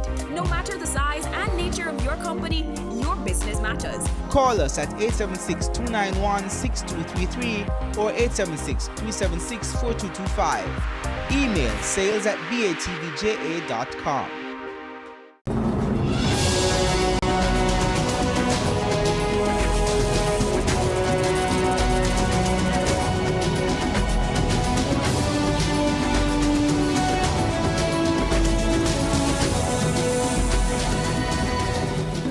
Good Life, your weekly dose of information on nutrition, wellness, and fitness. Discover ways to nurture your mind, body, and spirit.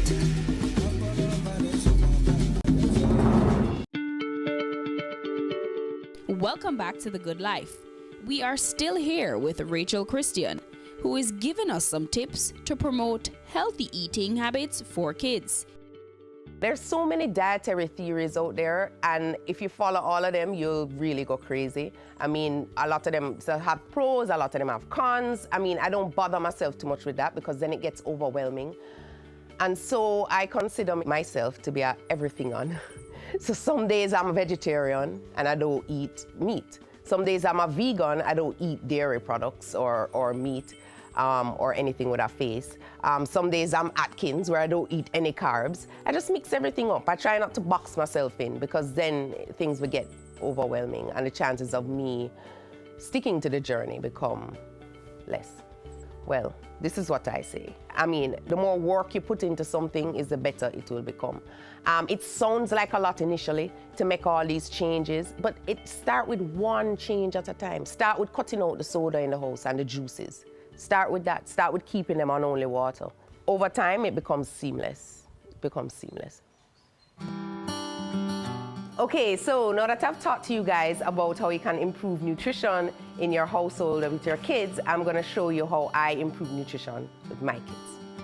All right, guys, so what are we making? We're making cookies. Woohoo! Okay.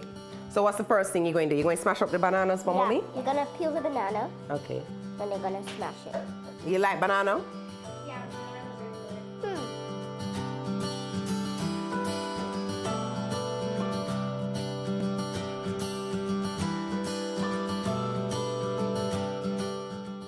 So we're using bananas. They're nutritional, and kids like them in the treat because they're sweet. So if there's any fruit I would actually love to eat, it's bananas. All right, so now that those are squashed, we're just gonna throw everything else in there. So we have some flax, we have some walnuts, we have raisins, we have oatmeal, we have unsweetened coconut flakes, honey, cinnamon, and baking powder.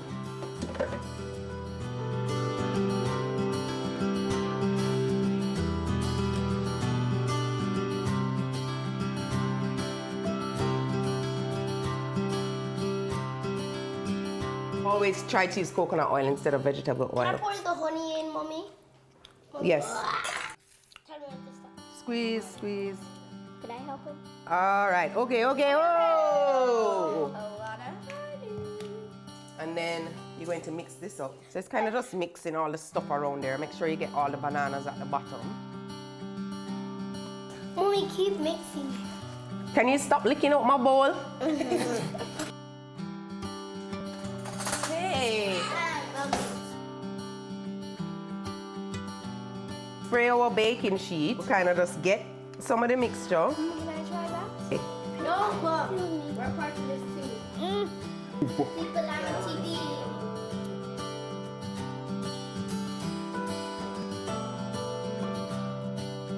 See how involved they are?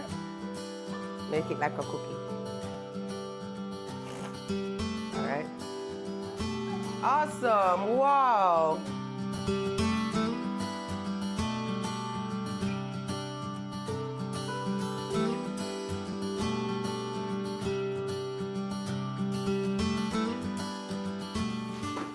We just put it in the oven for 350 degrees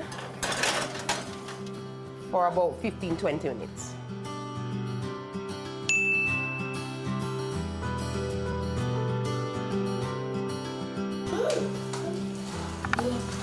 Is it good? Yeah, it's good. You like it? Good. All right, so we're going to be making a parfait, and a parfait is basically fruit with yogurt layered, and this is a good snack for kids. My kids love it, and I'm gonna show you how to make it. Especially Jacob.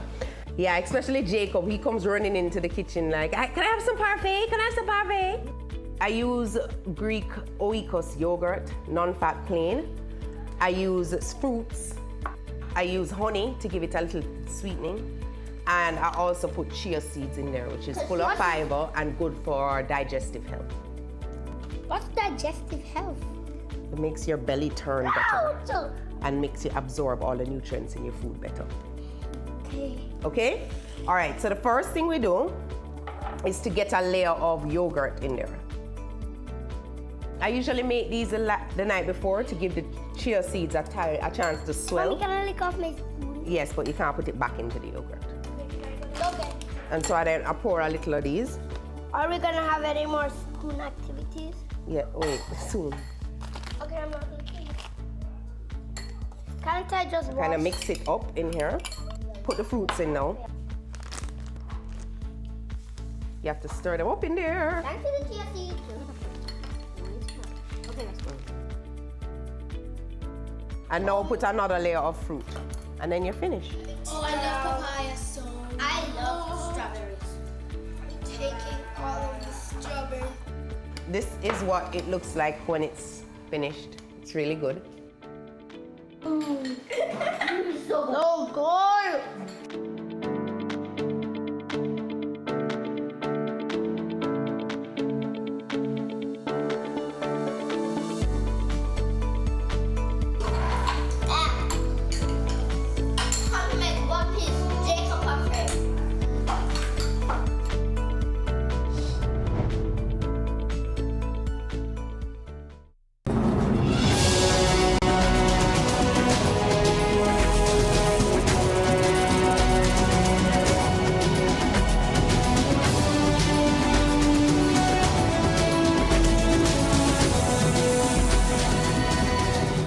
The Good Life, your weekly dose of information on nutrition, wellness, and fitness. Discover ways to nurture your mind, body, and spirit. Your business matters. Business Access TV offers you the most innovative and effective advertising solution for your business, specializing in B2B sales, cost-effective solutions, the customers you want, the repetition you need. No matter the size and nature of your company, your business matters. Call us at 876-291-6233 or 876-376-4225. Email sales@batvja.com. Welcome back to The Good Life. We are still here with Rachel Christian, who is giving us some tips to promote healthy eating habits for kids. If you are just joining us, you would have missed a very fun cooking show with Rachel and the kids, but we saved some for this segment. I remember earlier I spoke about meatless Mondays. So one of the meatless Mondays, 3 days a week. So one of the meatless days in my house, one of the favorites is this lasagna. But instead of using meat, I use callaloo, and my kids love it. Right, Leo? You love it. Some kids have allergies and asthma, and dairy isn't good for asthma. And so if that's a problem that your child has, I wouldn't recommend using a lot of cheese in your lasagna. You could probably sprinkle a bit on top, just to give it, a nice little taste, but don't use the cheese when you're layering. So I'm gonna show you the reaction to it. I'm gonna cut a piece, put it in this plate, and then I'm gonna call Gabby to come and have some. Another Meatless Mondays dish that I do is roti and just curried chickpeas and potatoes. That's a really good one as well. It's kind of falling apart. Ah. So I'm just gonna give her a little taste of it. And how I make this is to layer it. I use callaloo, I use tomato sauce, I use tomatoes, I use cheese, and I use lasagna shells. Gabby, you shall taste this. What is this? This is lasagna with some callaloo and tomato and vegetables. And cheese.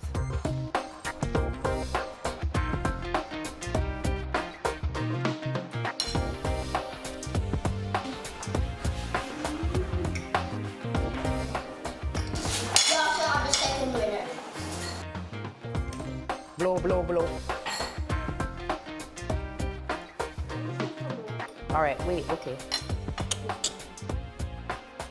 After all this work, I'm having my lasagna. Oh, very good. I'm Gabrielle Christian and I'm 10 years old.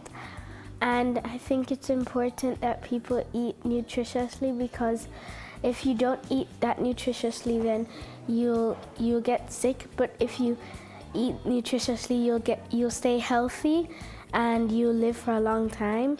And I'm sure everybody wants to live for a long time. I like to eat chickpeas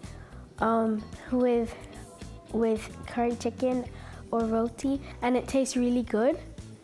To me, it tastes good, and I really like it. I help her sometimes, and I help do a lot of things with her, and that also helps her to speed up her process, and it's fun making stuff with her.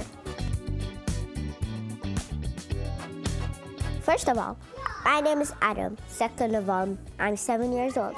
And I think people need to be healthy so they can learn lots of stuff in school and they can grow up just to be so smart and own a big company. I want to be either a chef or a pizza delivery man.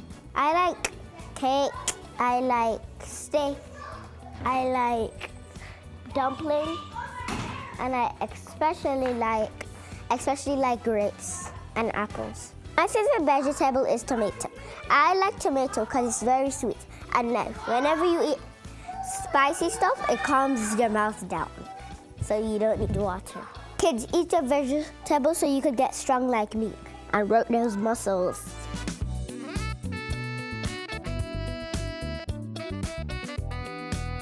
My name is Jacob and I'm 6. I have a problem eating veggies, but I eat them because they're good for you. Because it's nutritious and it gives you a lot of energy, and I need energy to play and learn. This is advice. Eat your vegetables and you will grow strong like Hulk. Eating healthy is for girls too, not just for boys. My favorite fruit is grapes because they're the fruit what tastes good actually. Bye, I need to get back to my game. That was easy. And that's it for The Good Life this week on Nutrition for Kids with health coach Rachel Christian. But before we go, take a look at a recap of some of the tips that Rachel gave.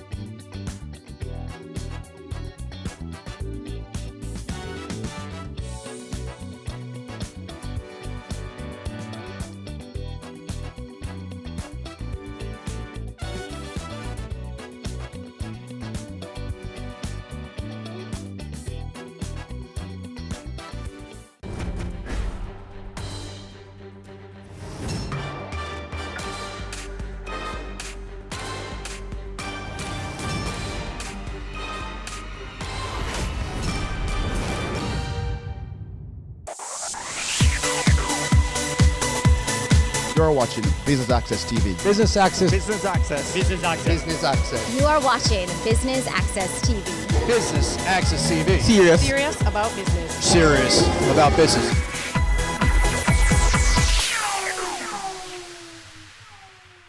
Business Access TV is here at the Courtyard by Marriott Hotel for the Empower Each Other 2nd Annual Women in Business International Conference under the theme, Get Ready to be Empowered. I'm Amita Prasad Webb. Stay with us.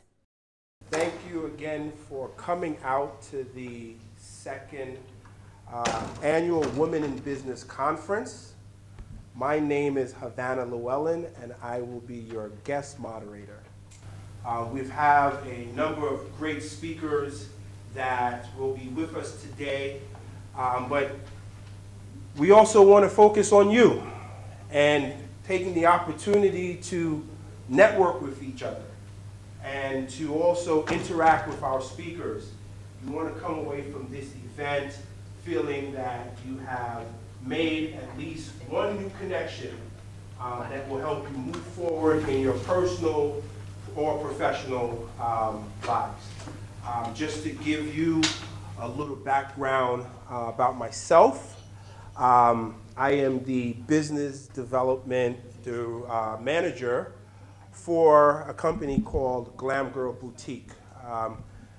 I am partners with one of the organizers of this event, and we launched that brand probably a year ago, looking to bring something different to Jamaica in terms of women's retail fashion.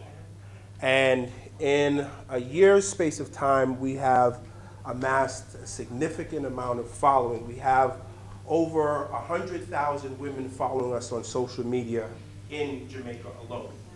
And we have not spread out to the rest of the Caribbean or the US as yet, so we are encouraged with what we have built so far. We are a big believer, or I am a big believer in women. That's why 2 of my business partners in this venture are women. That's why I'm a speaker at this conference, because I believe in supporting our women. So I just want to share a few tidbits with you. Now, if you're out there doing everything and trying to attract blessings and stuff, if your house is full of clutter, no blessings won't have any space to come in. So you have to clear that clutter out. Your house represents you. So if you have a lot of clutter in your closets and in your cupboards, then your brain is going to be full of clutter.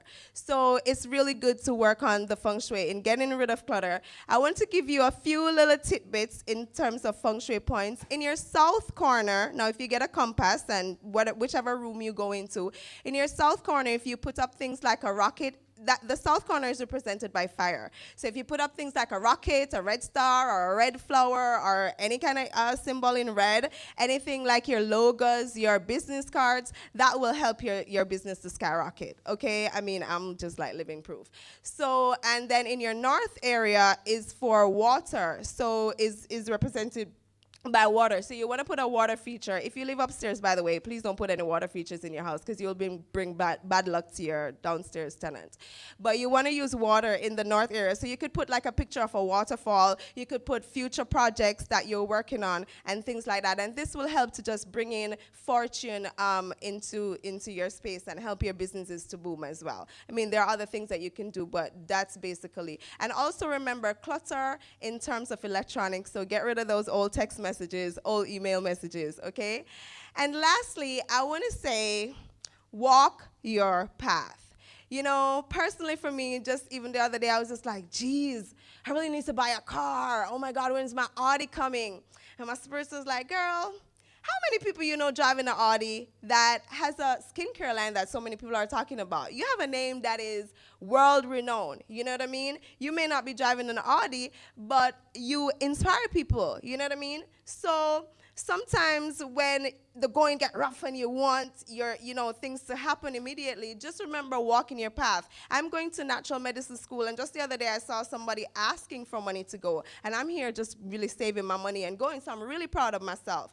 And some people will say to me, oh, Minka, you're following your dreams and stuff. I can't do that. And I go to their houses, one whole wall of shoes and clothes full of closet that they're not wearing. Listen, I wear the same old shoes every day. They're comfortable. You see me here, there, everywhere. I don't care. I know myself and I know what I'm about. These things don't really matter. Walk your walk and talk your talk, because 80% of the world is not living for themselves. They're not following their dreams. They're living for other people. Don't let that be you. Your presentation this morning, what were your main points? Well, basically, I try to cover things like subconscious blockages, doing affirmations, because, you know, speaking and talking things into being are very important. I wanted to deal with things like, you know, energy, how energy flows, and visualizing things, and basically just like believing in yourself and, you know, loving yourself and being confident in yourself, because that, and also health is very important as well, and keeping your environment clutter-free and clean and tidy. You're a life coach.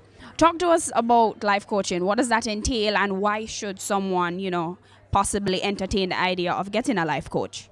Well, a life coach just basically helps you to reach from one point to another. So as I said before, because I've been doing so much work on myself, I'm able to help people to identify their subconscious blocks, which is a really big one. You know, a lot of people, they read books, they watch videos, and they're still not getting breakthroughs because of these subconscious blocks. When you think about it, we've been programmed. You cannot forget your ABCs. So, you know, I help people to really, you know, reprogram themselves and basically give them tidbits of where they are now and how to get where they want to be. That's basically all a life coach does. Somebody who encourages you, sometimes knock you in the head and be like, snap out of it if you want to get, you know, depressed or negative in your thinking. That's basically what a life coach does. Somebody who helps you to toe the line, you know. I'm the assistant GM to one of the best leaders to leaders the Jamaican and international retail industry has ever experienced. And of course, she's a female, right? She is currently the general manager of the #1 retail giant on the island. And I think it's the #1 retail giant on the island, regardless of what anybody wants to say. And that's PriceSmart. We are ranked 10th out of 39 locations internationally. So for me, when I was asked to be here, I knew I couldn't miss this for the world. And just to give you a little insight on thank you. Just to give you a little insight on, and of course, we use the term boss. And some persons might think we shouldn't, but again, it's just what we do. She has taken the Jamaican business from when it nearly closed to what it is now. We've gotten Club of the Year twice, consecutively back-to-back, 2 years in a row under her leadership. We've probably broken every single record any other club has even put up.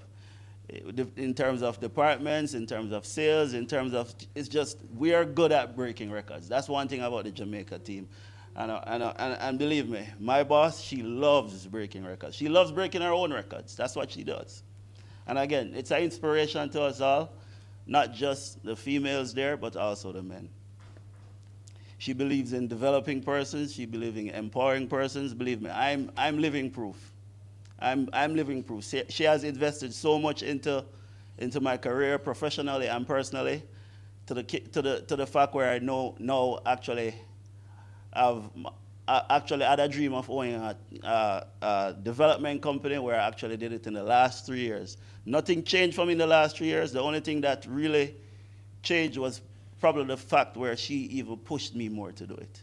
So why did you decide to become a part of Women in Business?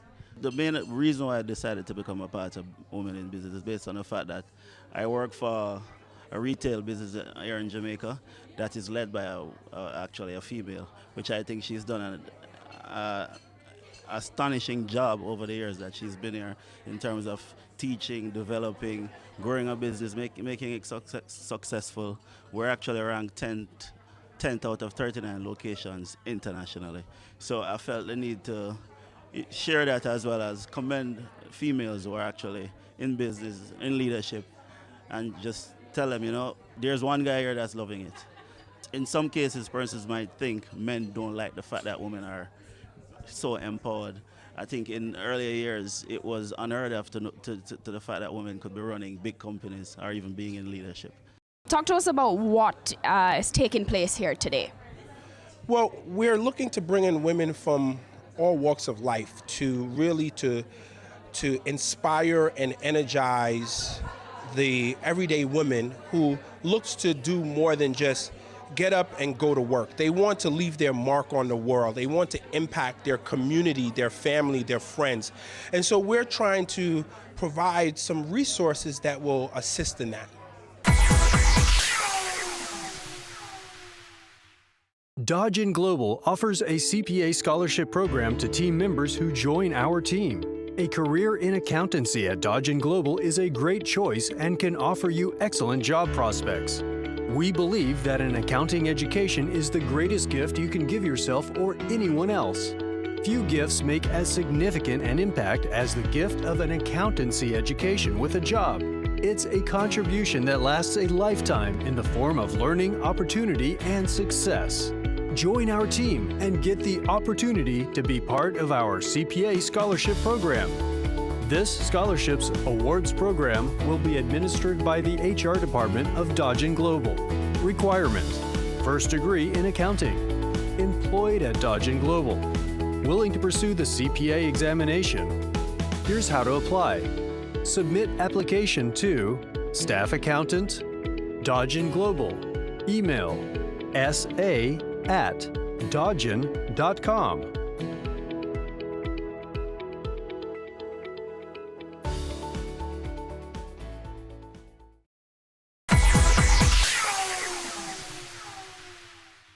When we were growing up, there was always this view, I thought. It's not like anybody told me or it was said in any way that, I don't know.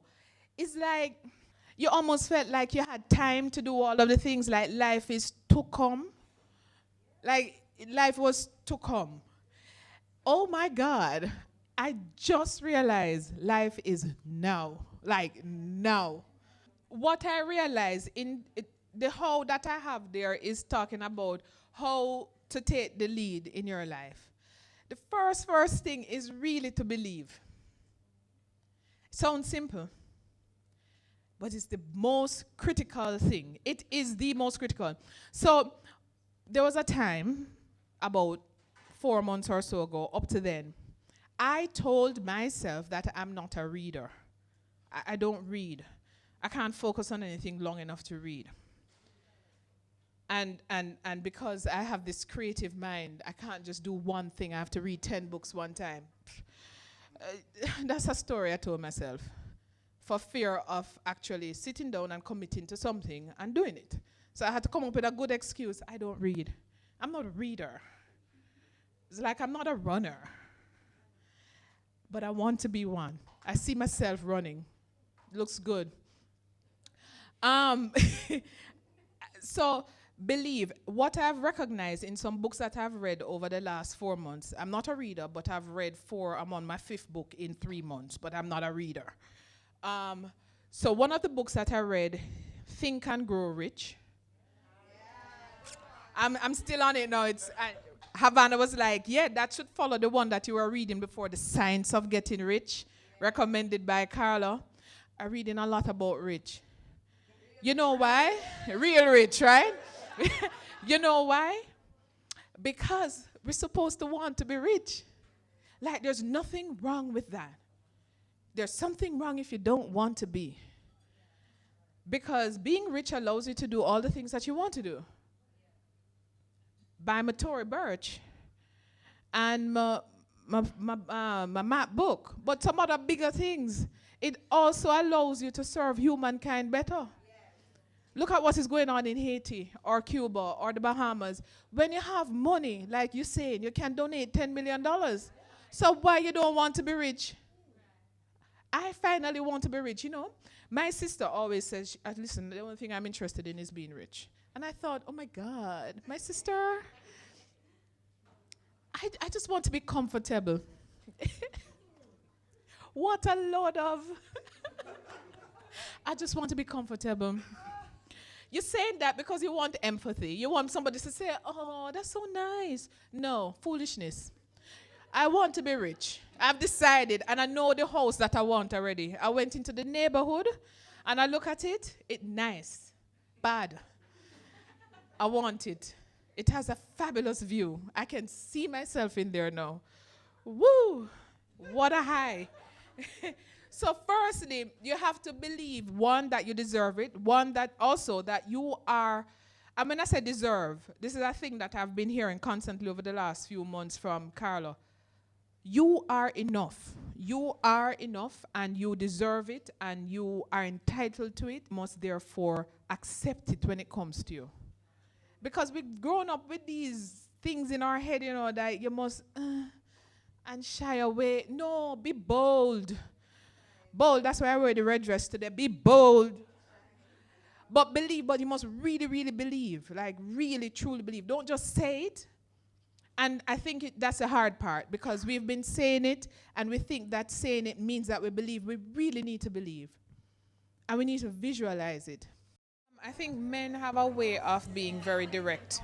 And unless they say what needs to be said faster, they get there faster. Women tend to, for the most part, we have a tendency to talk a lot, explain a lot, want to make sure everybody's okay before we make a decision. And while it is important to empathize with people and to get their views on things, sometimes we are not swift enough and we are afraid of being swift. We believe that we're going to be seen as too hard or taking sides or being hard on people or that sort of thing. And so that causes us to explain more and try to be the nice person.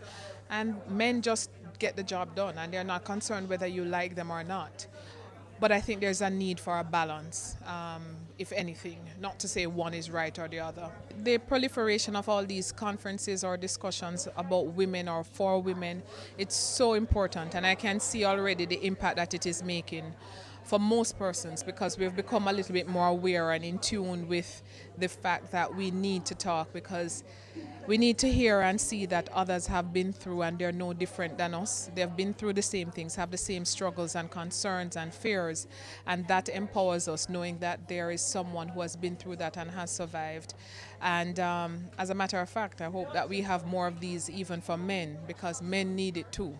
At the end of the day, we're all human beings and we need this to help us to get through.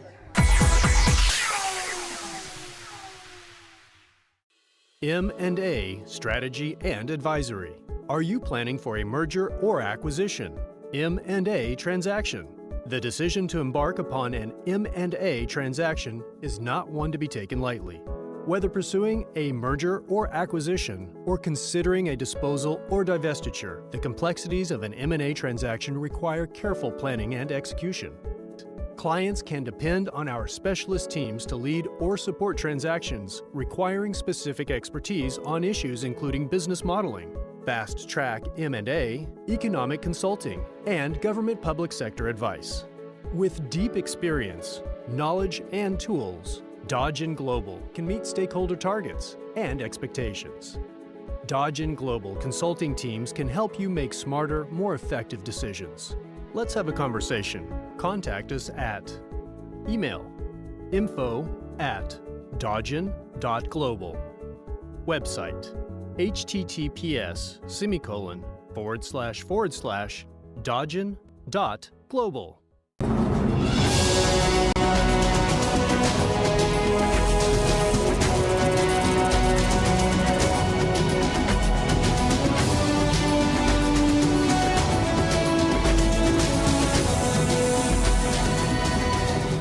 The Good Life, your weekly dose of information on nutrition, wellness, and fitness. Discover ways to nurture your mind, body, and spirit.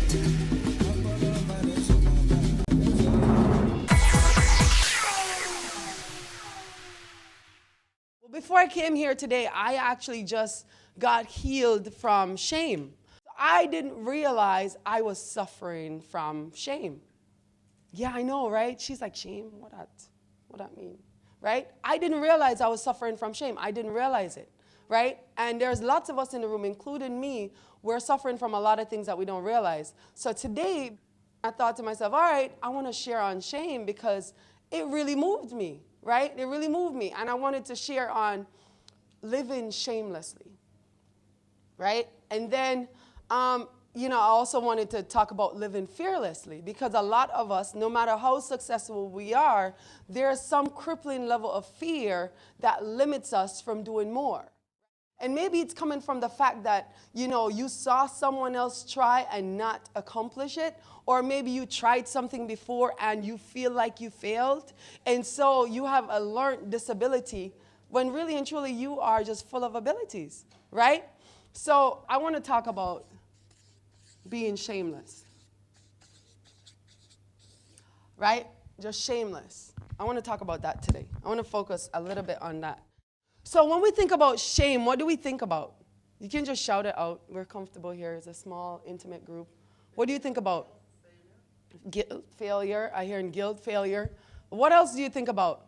Guilt and shame work together, right? Guilt is a sense of, I know I did something wrong based on my belief system, because we all have different belief system, right? A set of rules that we have identified as truths, and that we use to then build, things that keeps us into perspective, whether or not we're going ahead or going behind or staying in one place, right? So guilt, for instance, if I feel like as a mom, I should give my children at least one warm meal a day, and I am not able to do that because of my job, time, I have guilt. And then when I go to school and I hear another mom talking, or my child comes home and goes, "Oh, wow, Mom, I was talking to Taylor at school, and Taylor tells me that her mom makes them breakfast in the morning, and when they go home in the evening, they have dinner." My guilt may become shame. And so instead of feeling empowered as a mom to do more, I start to feel like a failure. And because I start to feel like a failure, I may even develop some level of helplessness. Now, you guys are like, well, what does this have to do with me? I'm going to go deeper, right? And I'm going to use my examples because I'm fearless. I don't care about none of y'all in terms of nobody here can hurt me, right? None of you are God, and none of you can hurt me. This is something that I just came into, I've said it before, but this is something I just came into ownership of. Because you see, even though my story is known, it's been published that at the age of 16, I gave birth to a child, I lived in shame. I mean, crippling shame. Do you know what it's like to walk down the road and people go, "Oh, she that?" Well, I don't know what a she that mean. A she that, or I don't know what it means. And some of it may be my internal limitations that's telling me a story that's not true. But then again, we're in a society that dictates that woman is a certain way, and if she's not, a she that. And we do it to each other. Because we've been put in shame for something, we shame other women. And that's why we don't do as well in the workplace. You think we're dominating yet? We're not. We're really not. A lot of women lose their jobs or left their jobs because of us. Shaming them because someone shamed us, and we are not healed from shame. And so it becomes a poison that needs to beget itself into somebody else. Does that make sense? So here we are. Maybe some of us in this room have been molested, and we didn't deal with that shame. And so we walk around on eggshells thinking, does everybody know? I mean, a lot of persons have gone to church and stopped going to church, not because they changed the way they feel about God, but because something happened and they think people in the church know about it. And so they no longer want to go to that church, or maybe the workplace, right? Maybe you had an affair with somebody at the workplace and it didn't work out so well. And now you feel like everybody knows. See, we have to learn to forgive ourselves, because shame is worse than fear.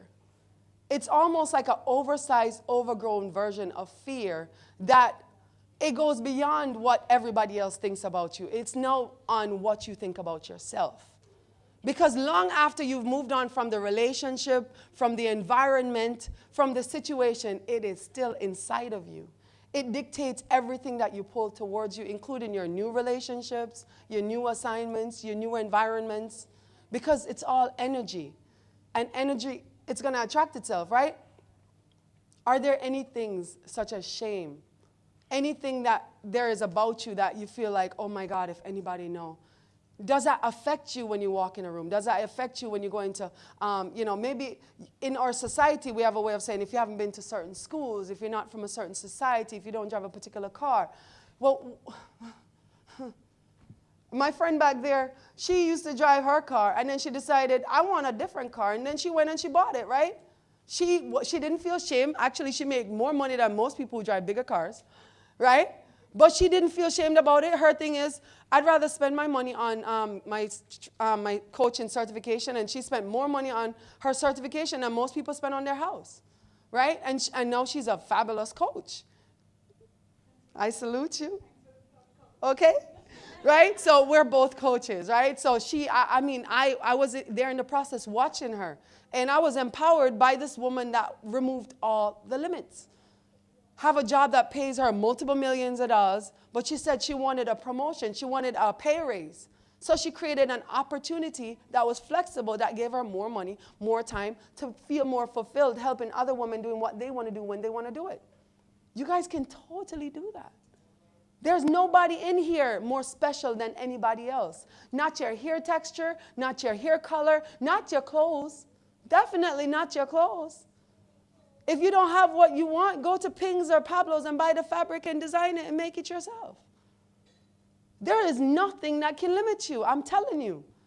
And the minute you see who you are and accept your value, that's the law of recognition. The minute you recognize who you are, the power that you are, and what you have inside of you is so valuable to everyone around you, people will begin to give the value to you. I would say the biggest challenge facing female leaders today is that many women, after winning once or more than once, they genuinely don't believe that they have what it takes to win. Like, they begin to have a limiting belief in themselves. And so they begin to attract things that they most fear. There's not enough women out there also that are being transparent and sharing some of the challenges they have after the first level of success, because there are various levels to success. So after the first several experiences of success, some women start to have crippling fear, whether it's in their relationship or in other aspects of their life, and then that reflects in their leadership. So I believe having more transparency and conversation among leaders and having more events such as these to discuss what it is that's really affecting women who have experienced success, that they're not really having fulfillment. Hi, my name is Sarika Sterling. I'm here at We Empower. I'm happy to be here. I always like to come to these events because as a young entrepreneur, I find it as a place to refuel. It's always good to be in the company of other, aspiring women, and also women who have achieved much and have charted the path that I'm trying to take.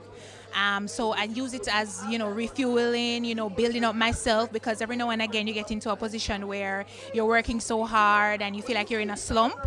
So we use it to build myself up by looking and, aspiring to be and to grow and to be like other people. Why do you think empowerment conferences are important for women, regardless of age group or regardless of job types? How can these type of conferences help us? Okay, empowering women conference are very valuable because you get to meet other women. It helps to motivate each other as women.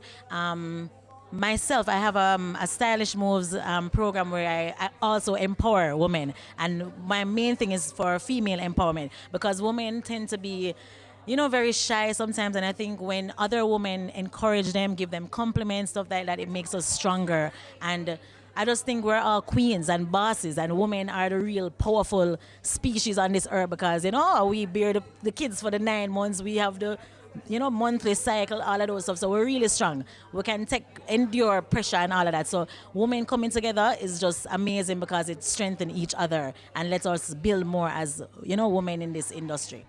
And that's it from us here at the Women in Business International Conference. Until next time, I'm Amita Prasad Webb. Thanks for watching Business Access TV, serious about business.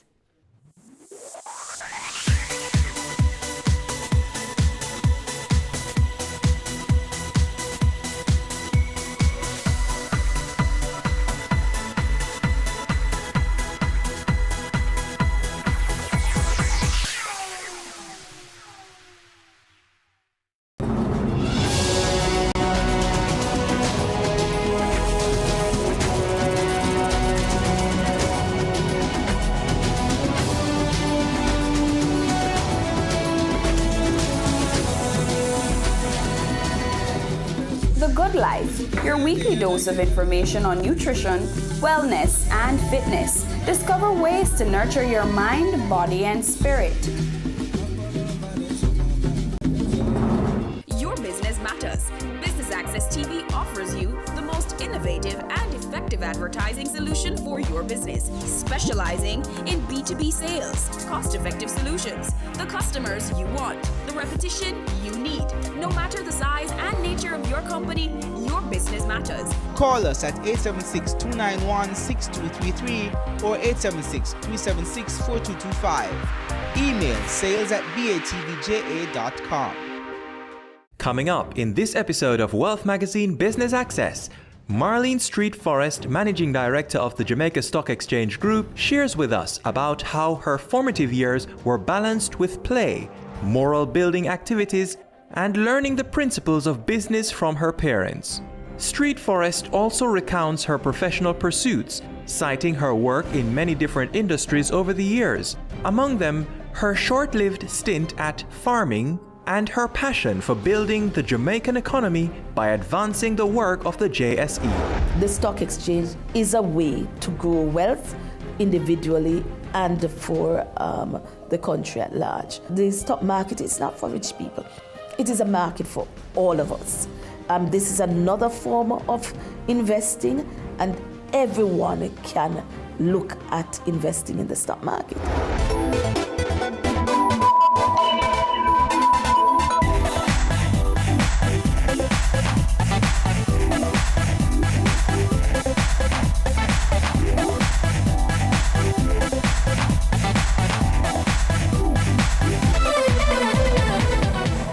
My name is Marlene Street Forrest, Managing Director of the Jamaica Stock Exchange Group.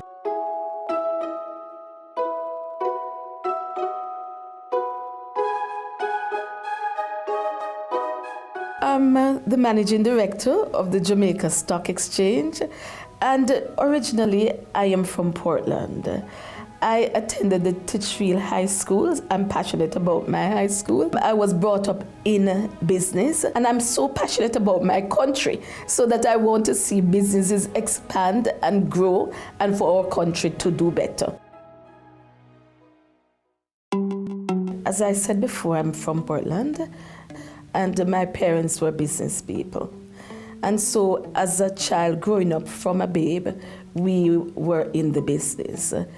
We had to work very hard within the business, emulating our parents who actually worked very hard.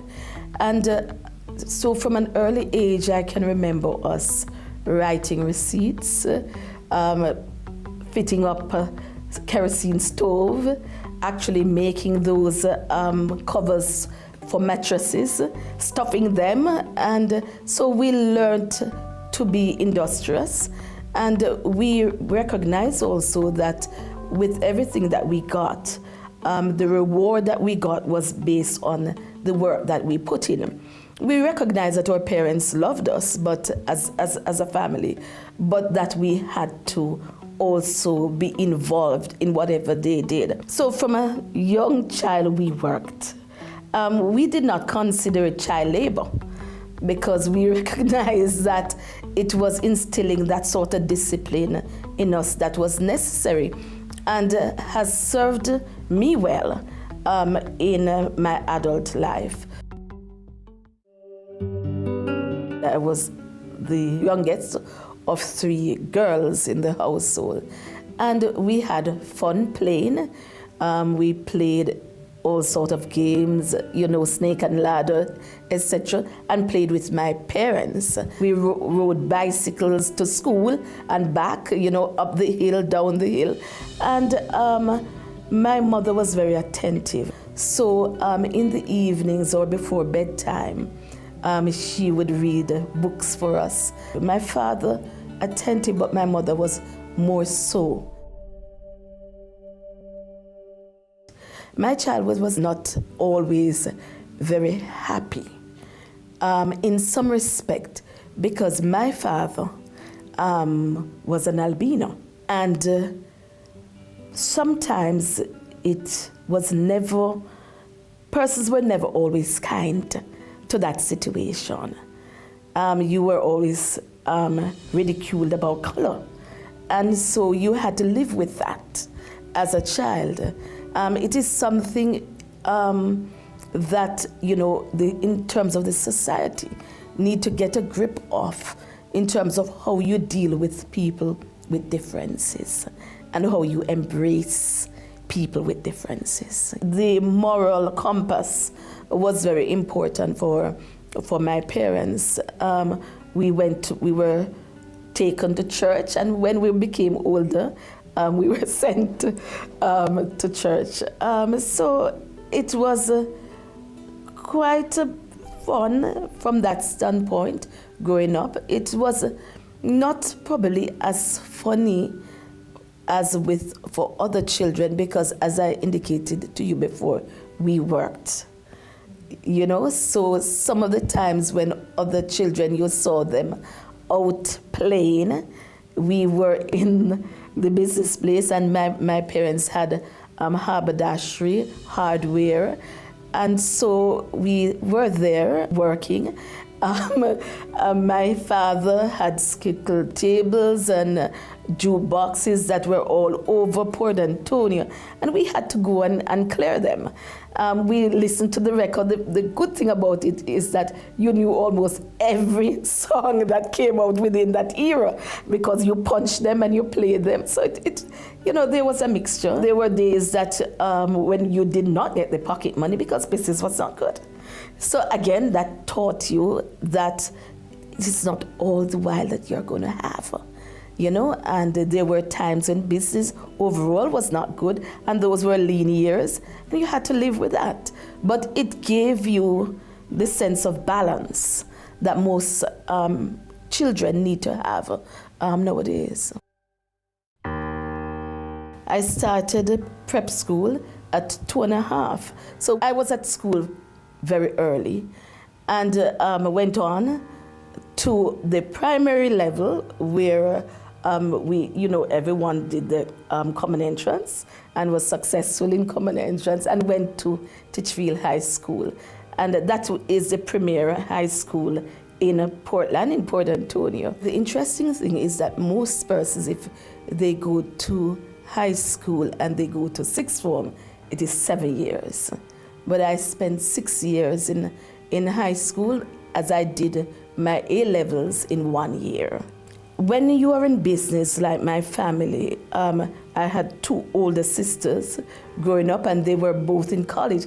And sometimes business is good, sometimes it's not. And at that point, I made a decision at sixth form that I had to do my A-levels in 1 year, and then was successful in the A-levels, and went on to teach. Obviously, that's a pre-trained teacher. I taught at a high school. For the next year, I taught at Port Maria High, and taught many subjects. And I am happy to say, very proud too, that the children were also successful, those that were in fifth form in their subjects. Then I went on to the University of the West Indies to do a Bachelor of Science in Management Studies. University life was interesting, though I did not live on, because by this time I was married. I got married very early. The course of study was good. I actually got an honors degree, graduated with an honors degree from the University of the West Indies. Met many friends there. Some of them are still friends today. My mandate at the JSC really is to use cutting-edge technology to develop the market. One of the things that we looked at was the creation of the junior market. Well, we all know that that has been extremely successful. We have seen an increase in persons investing in the market from about 2%, and now we are about 7% or so, which is good. I'm 36. I'm a husband, a manager, and still very good looking.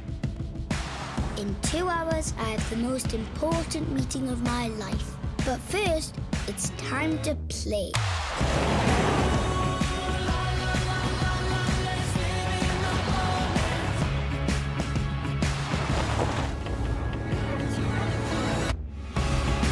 The new Suzuki Vitara.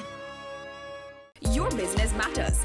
Business Access TV offers you the most innovative and effective advertising solution for your business, specializing in B2B sales, cost-effective solutions, the customers you want, the repetition you need. No matter the size and nature of your company, your business matters. Call us at 876-291-6233 or 876-376-4225. Email sales@batvja.com.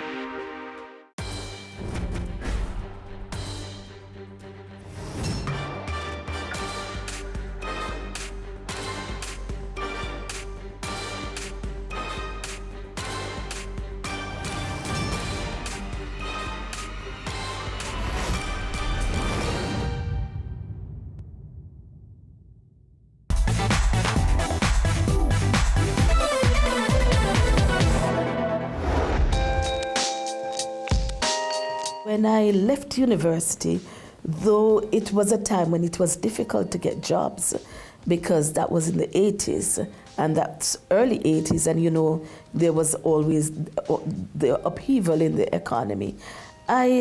Through again one of my friends on campus, I was able to get a job at the income tax department. She was working there at that time. And I went as a tax auditor. I audited companies, and it was a very, very good experience. You were told what to do, you explained, while persons say a lot of negative about government. I did not experience that at income tax department then.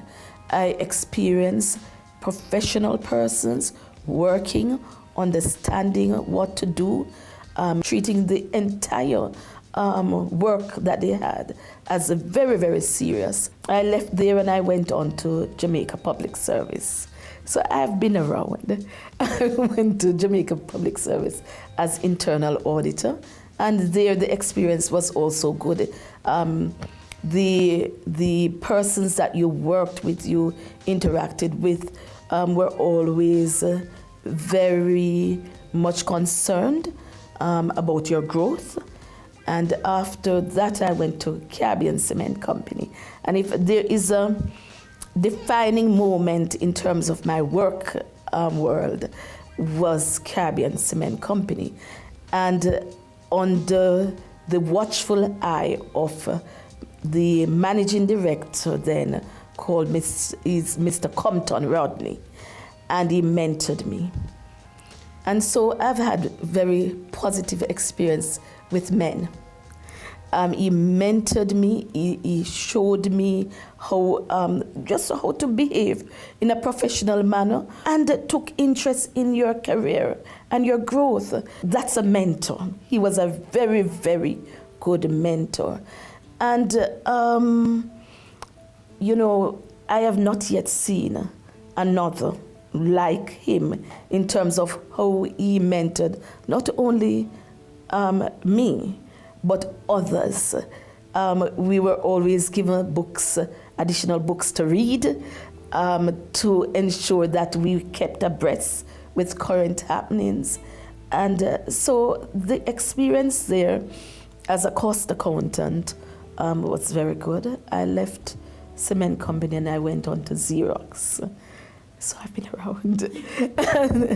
And I went there as their chief accountant. And again, positive experience. So there is the sort of span of the career. I went abroad for some time, came back to Jamaica, and I worked with JBC as their chief accountant, and spent some time there.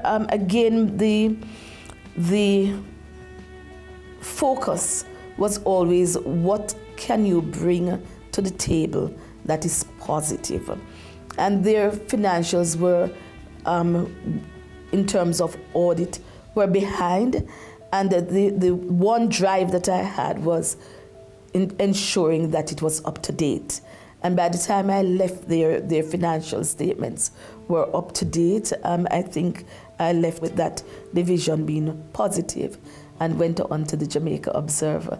I was asked at the point when I was leaving, going to a company that was a startup, even if it had big monies behind it. As you know, it was owned by Butch Stewart and others. Why would you take that risk? But if you believe that you can make a difference, you'll take the risk. And I went to the Observer as a financial controller and left there as the assistant general manager. After leaving the Observer, I went on to work with the government again, Southeast Regional Health Authority. And I also went into farming. I went into farming because I felt that I had a passion for growing things, and I wanted to see how I could make a difference in this area. I did my analysis, and it was deficient because I did not factor in predial larceny. And so all the financials came out positive, and it would have been a positive experience, except that thieves got the better of my farm. And until the government does something serious about that, I think that agriculture can be an area for serious growth in the country. And not only growth from the standpoint of financial growth, but also in terms of social. When you are interacting with that soil, it gives you different warmer feelings to even your fellow men. So it is important that we look back at how we treat with agriculture. But I left because it would not pay the bills, naturally. And as I said, I went to Southeast Regional Authority and then on to the Jamaica Stock Exchange, where I went as the deputy general manager with the focus on finance. My mandate at the JSC really is to use cutting-edge technology to develop the market, because the Jamaica Stock Exchange, what it does is operates different markets, and the idea is to ensure that in the operation of the trading of stocks over a market, or the encouragement of persons to come and do what is called initial public offering or list on the exchange, the mandate is to ensure that you have a transparent and efficient market. So one is about the technology, but the other is about people. So that continues to be my mandate. And so we have put in during my tenure, a little before I came, and during that period, the electronic trading platform, and that has worked well. We have had the Jamaica Central Securities Depository that does the settlement of those transactions. And at one point during my tenure at the Stock Exchange, I was also the general manager for the Jamaica Central Securities Depository. The idea, though, is how do you use that powerful medium to grow the economy, to make life easier for investors and also for businesses that want to access capital. And we had the main market, as you know, and one of the things that we looked at was the creation of the junior market. Well, we all know that that has been extremely successful, and that persons have bought onto the idea, both from the level of the persons, the issuers, the persons who come to market to raise funds, and the investors. So many persons now have started to invest in equity, just as other countries around the world, especially developed countries, and I'm happy about that. So we have seen an increase in persons investing in the market from about 2%, and now we are about 7% or so, which is good. When you go into an organization, get to know who you are working with, get to understand them, and so also that they can understand you, because people will make the difference.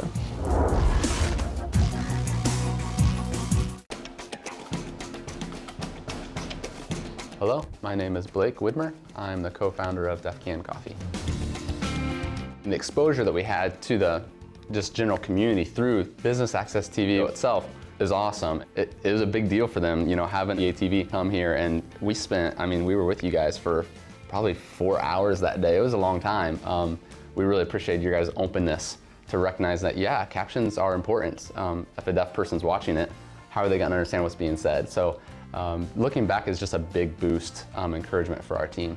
If you're a business or an organization that wants to have yourselves featured on BATV, or you want to do advertising with BATV, what I would tell them is that you guys listen well and you ask good questions, and that will help at the end of the day deliver a really good product for your business too.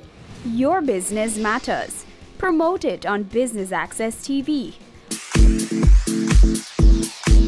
This is Caroline Smith, marketing implementer for Sol Western Caribbean for Shell Lubricants, and you're watching Business Access TV, and they are serious about business.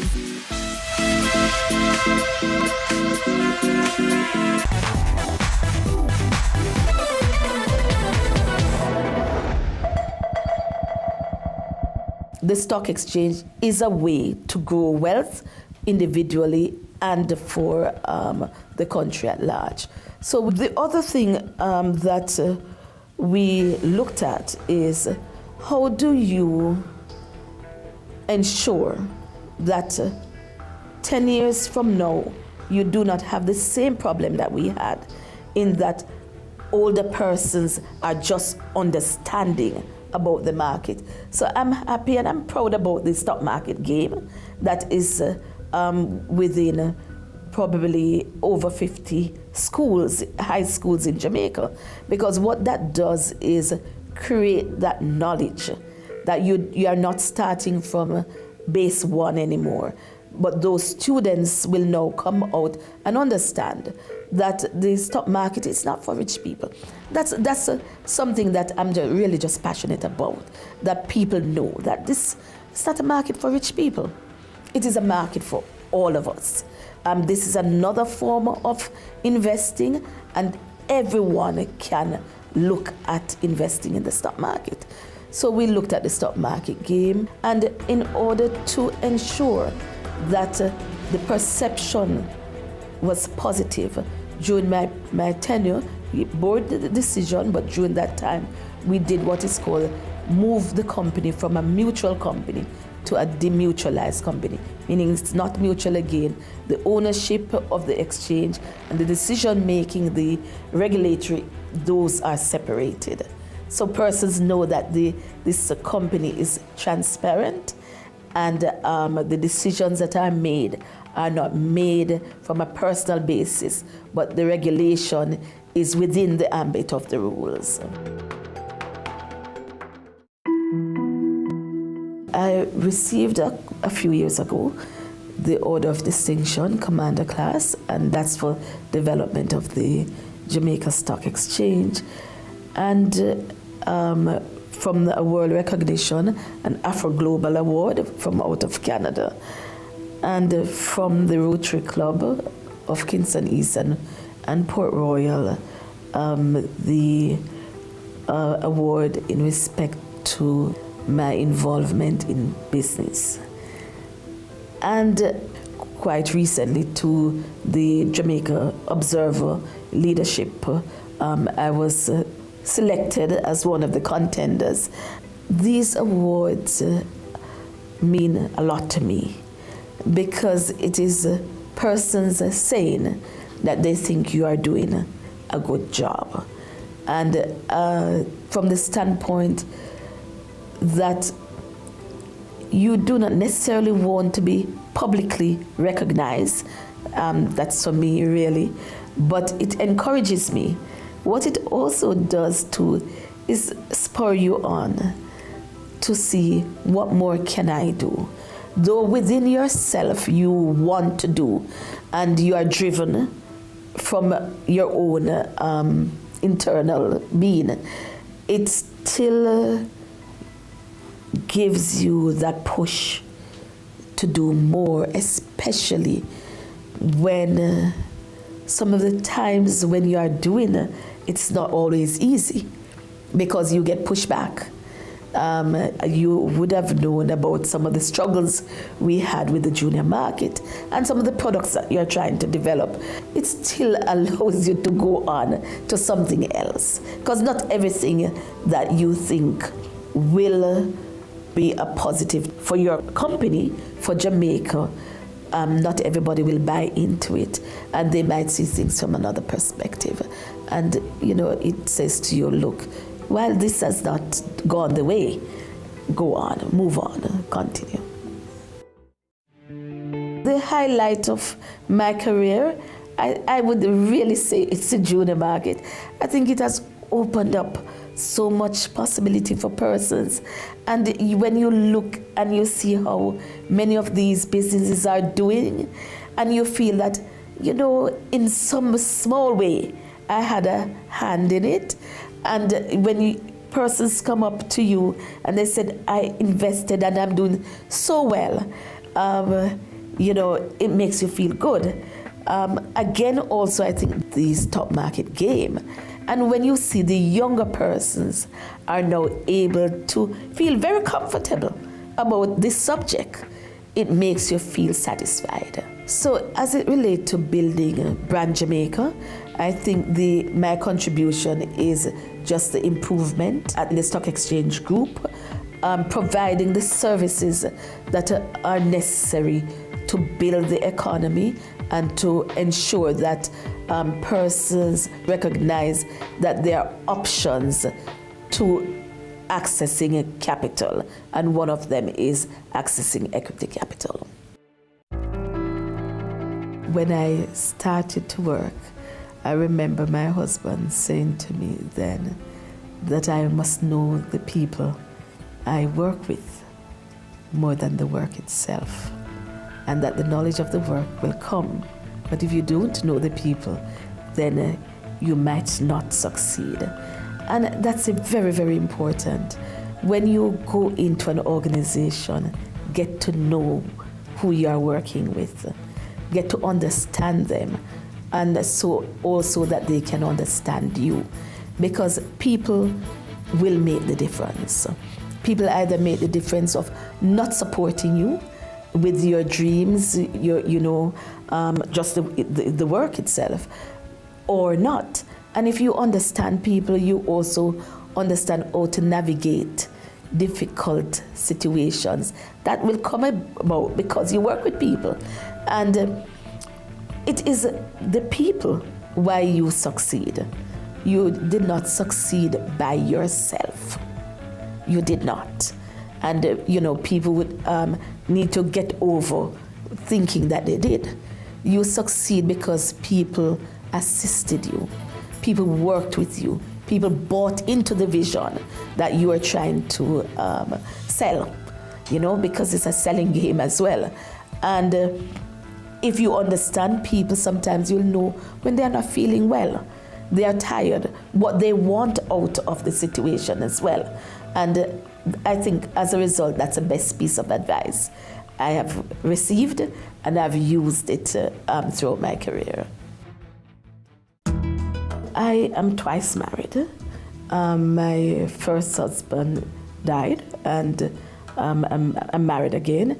But I've always had a supportive family structure. I have 2 daughters, and they have been very supportive. And I now have a grandson, and even he is supportive of my activities. So I have been lucky. I've been lucky. My extended family, my sisters, they have also been supportive. And my mother is still alive. She's supportive as well. You get from them, they are the litmus tests, really, because you get the truth. There's no holds barred. They tell you just what they think. We operate from a standpoint of respect, and they share their ideas too sometimes with me. What you think about this? Probably that could work, and you feed from them. My family is really my all. Let me tell you what wealth means to me. I think the creation of wealth is important because there are various phases in one's life, and you want to ensure that you have created an environment, a wealthy or sufficient environment that in your twilight years you can afford to live comfortably. So that is wealth from a personal basis. I think it is important that from a country we create wealth for the future generation. You don't leave them with debt. And it is important at all times for individuals, families, to create wealth intergenerational so it can be passed down so that the struggles of one society or one generation is not the struggle of another generation. And where you have that, the creativity, you can create more. You know, you can feed your country. So wealth is definitely important, which is, I suspect, why my focus and our focus at the stock exchange is that of wealth creation.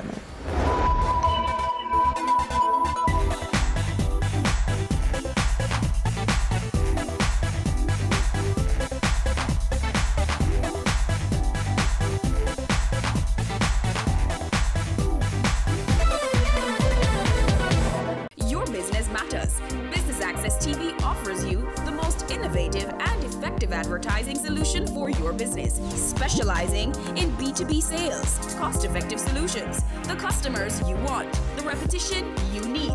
No matter the size and nature of your company, your business matters. Call us at 876-291-6233 or 876-376-4225. Email sales@batvja.com.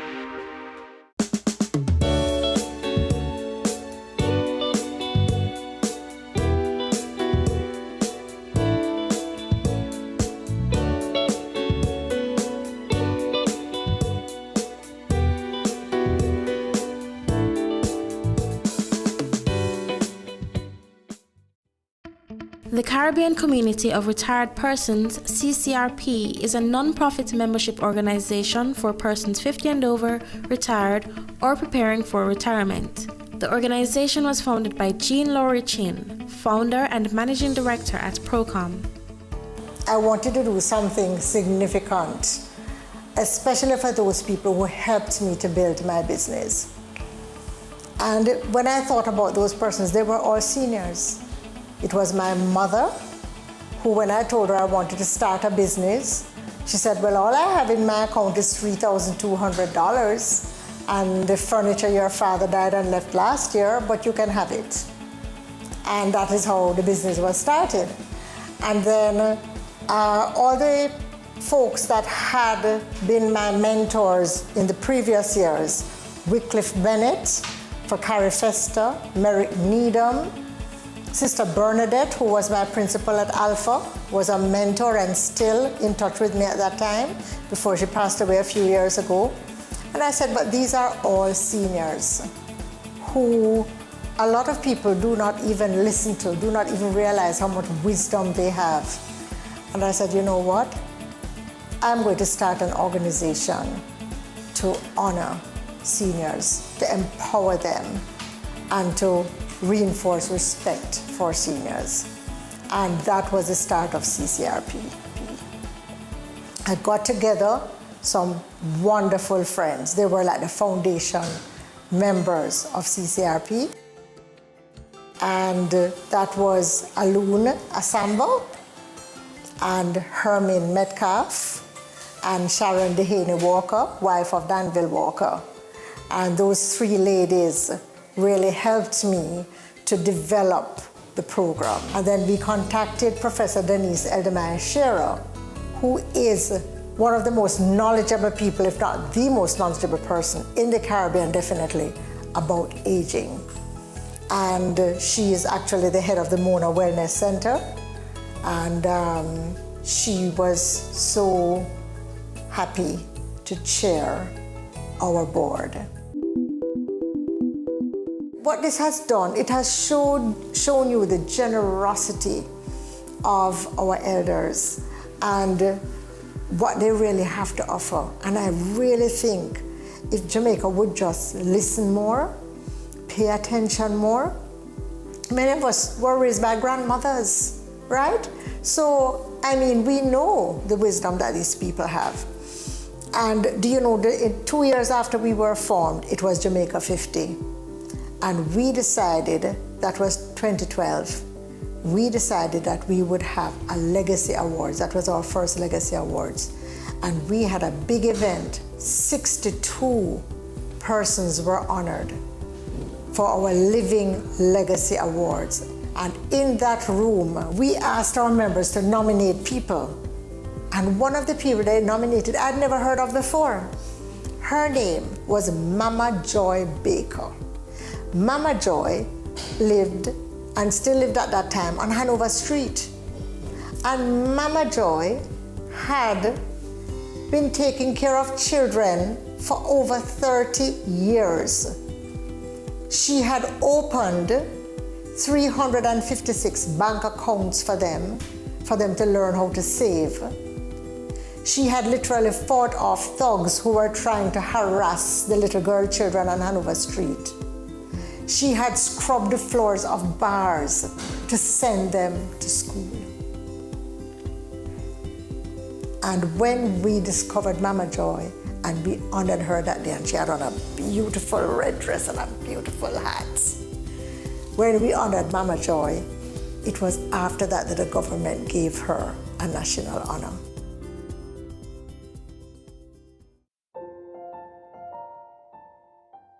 CCRP can offer seniors, people 50 and over, a major medical health insurance package for $12,500 Jamaican per annum, and it qualifies them for up to $5 million of major medical, which means surgery, MRI, anesthetist, dialysis, chemotherapy, radiation, up to $5 million. And let me tell you, we started it year before last. Actually, it's year before last, because the claims have now been coming in and people have come and told us that we have saved them from poverty. Because if they had had to find those monies, it would have been so difficult. And I'm very grateful to Sagicor, because the claims that they've been paying out actually exceeds the premiums they've been receiving. So it is now, at this point, highly subsidized, and I want to really encourage Jamaicans to join CCRP and to sign up for this insurance, which is so affordable. But if we don't get enough people on board, the premiums may go up.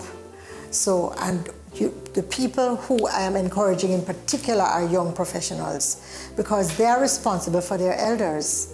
And when your parents or your grandparents get sick, and you are not able to find it, or you are going to have to go and find it from somewhere and put yourself in debt, it's just not worth it if you have this opportunity.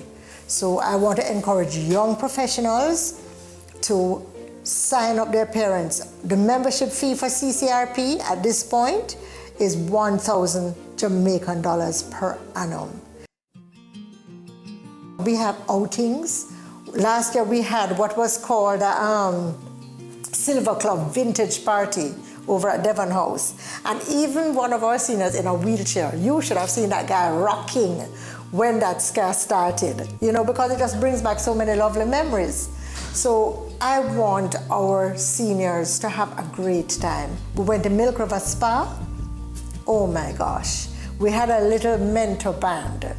And when those ladies started to dance, you know, and guess what? Dancing is one of the healthiest things you can do for your body. So, and we had Tai Chi, we want to bring back Tai Chi again, because of course Tai Chi is very good for your bones. So between our Sagicor health plan, our discount partners, and of course our wonderful team at Procom, I cannot praise them enough, because you know, CCRP is operated out of Procom. These are people who have served this country so well and so wholeheartedly.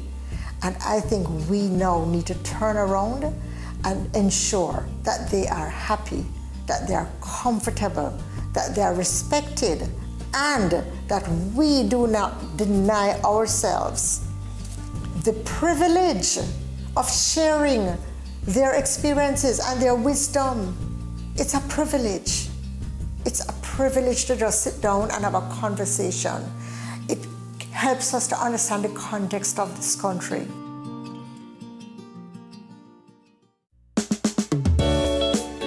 Coming up on Caring Hands. The purpose is to help empower older people to accept, understand the aging process, and more importantly, to live life to the fullest.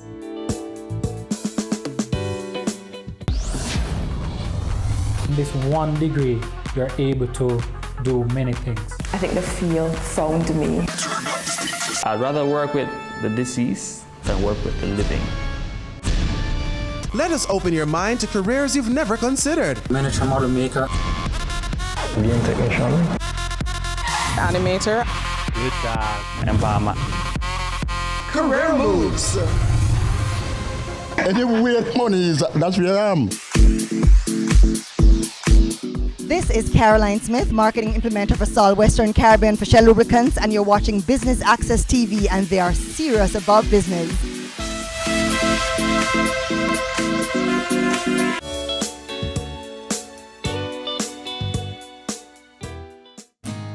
Professor Denise Eldemar Shero, Chair of the CCRP and Director of the Mona Aging and Wellness Center, is the leading authority on aging and an unwavering advocate for the elderly. My role as the chair is to support Mrs. Laurie Chin and to make connections and to help with the other board members to execute the ideas that come to us as to what the organization can do, and these ideas often come to us from our members.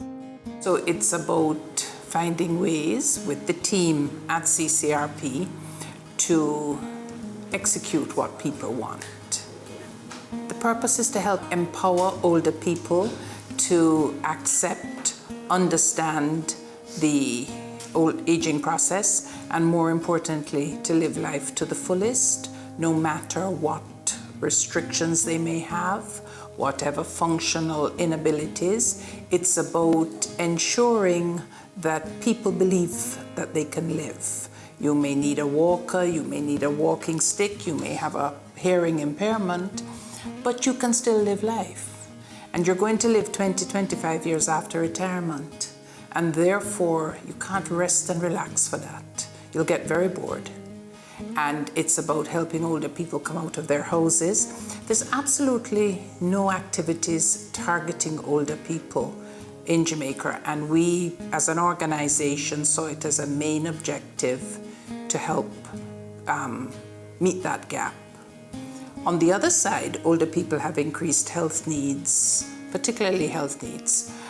And we have also seen it as our responsibility to, one, advocate where necessary, accessibility, availability, and also to provide services through the health insurance with Sagicor. CCRP targets active older people. 90% of the Jamaican population over 60 is physically well and mentally well.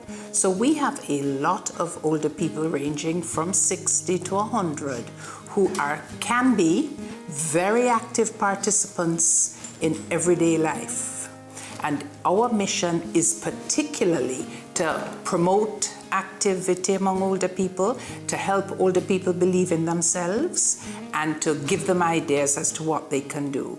So we do have activities like the Games Night. We've had tours. We've been down to Milk River. It's about doing activities like that. One of the things that CCRP has been doing is trying to identify specific areas of need so as to approach areas rather than only be reactive, such as when the bus price was increased, CCRP responded to that about reducing back the elderly one. But we don't want to see ourselves as only responding to a problem or an issue. It's about identifying. So the Mona Aging and Wellness Center, of which I am a part of, did a survey way back in 2012, which we have been talking about it. So CCRP has been going through the findings of that survey, highlighting issues. That's why I was able to tell you about people are healthy or not healthy. People have a lot of chronic disease, but they're functional. We know 72% of them have a chronic disease. How do we ensure that they don't get worse? So we do a lot of seminars, health-related seminars, the retirement sort of seminars. What is retirement about? Many people can be depressed by retirement, but you have to retire. So how can we in CCRP help you? One, adjust to retirement. Two, find things to do. What are some of the hobbies you can develop? What are some of the new activities? The learning to use the computer. So CCRP is proactive, doesn't wait for the problem. The majority of families in this country do recognize their older people, and they actually love them. The grandmother, the grandfather in many of our families is still a revered person. He or she is also a very needed person. Our younger people need to go to work. And if you go by any school at 12 o'clock and 2 o'clock, you will see who is picking up the children. Yes, there are families that don't. And we also have a fair number of families now where the young people, and of course a young person here could be 50 if you're 70, are not living here. So there are the groups of older people who don't have families here and are dependent on neighbors. And you will hear about those problems. Do we do enough at community and state level? No. That, I think, is where we have a lot more to do. I think we still need to teach more respect to our younger people about all older people, because they will have grandma or grandpa at home, but you will see them rushing past them on the street. I think we need to do more in the area of pension. I think we need to recognize what has been done in healthcare. I think, well, free healthcare gets a rap, but I can tell you from the 2012 survey, the older people have embraced it. And they will tell you that they don't have anything to do, so they can wait 3 hours. As one person said to me, all I have to have is a lunch money. There is JADA, there is NHF. So I think as a young country in terms of independence, we need to acknowledge state government efforts in the area of health. We need much, much more in education. I'd like to see us go to third age education where we have special programs for older people, and the private sector has done very little. There are 300,000 older people in this country. When are people going to recognize they're a resource? When are we going to accept their contribution to development? They all pay light bill, water bill, a lot of other things, and they are major contributors to this economy. I don't think that gets enough recognition. Coming up on Caring Hands. We just enjoy our company together. We feel that we are living still.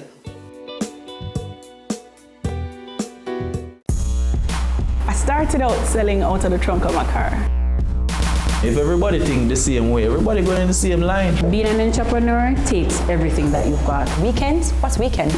We work on a weekend. There are real opportunities everywhere you look. But you have to have the passion. If I do my part well, then everything is okay. We believed in ourselves and our families believed in us. Being convinced of this great opportunity, why we are all here doing what we're doing now.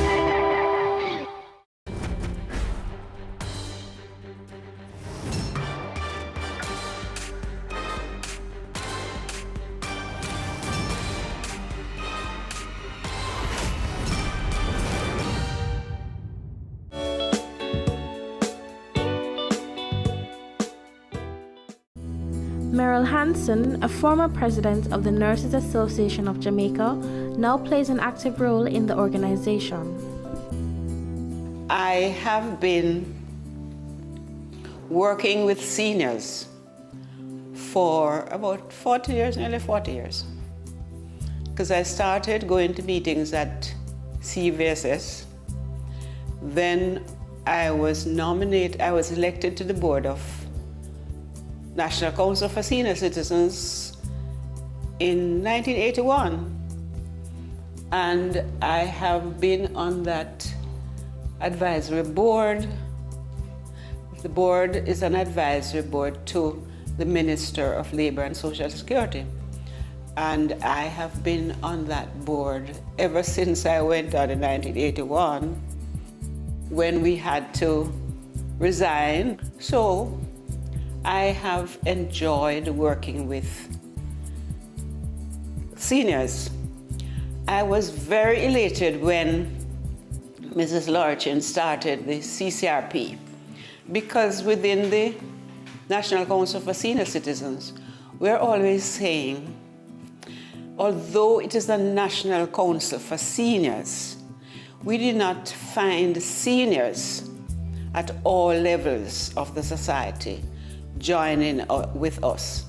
I keep saying the only time that we got, call it the upper level citizens, thinking of coming to the National Council is when we started doing the JADEP program, and then people joined up.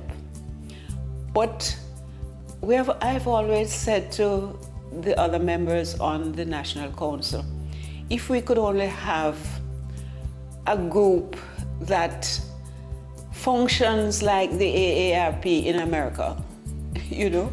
So I was very pleased when Mrs. Lorchin started the CCRP. And so, although I had other things doing with seniors, I thought I would join, and I encouraged my retired nurses, because then I was chairman of Retired Nurses Group of Nurses Association of Jamaica. And a number of us are members of this organization. And I am very pleased at how it has been going over the years. And the CCRP is making itself known. And I come this afternoon and I look and I really am pleased to see this is not really the general AGM, as you would call it. This is a second aspect of it. And to see so many turn up, I'm very pleased. I'm also pleased of the different interests that they have dealt with to get the group of the CCRP together. They have seminars, they have meetings, they have social events that bring seniors together. Because if you do not have that kind of, especially social events, seniors get lonely. I say, when you work in a department, whether it's government, private or public, you are somebody today, but tomorrow, you're not really anybody. You are a was. And keeping together in a group like CCRP, and like my retired nurses, we just enjoy our company together. We feel that we are living still. We're not at home sitting down. So I really compliment Mrs. Lorchin on how she is progressing with this group, and I think she found it very satisfactory to bring us together as seniors and to let us recognize that we still have a worth and work to do for nation building. I was very surprised and elated when the committee, the executive, decided to give me last year one of the Living Legend awards. And so I have the responsibility, and I'm very pleased of doing it, to talk about CCRP anytime. Like I said, my retired nurses, we meet once a month, and CCRP is on our agenda every month. We have to find out what is going on, who went where, and that sort of thing.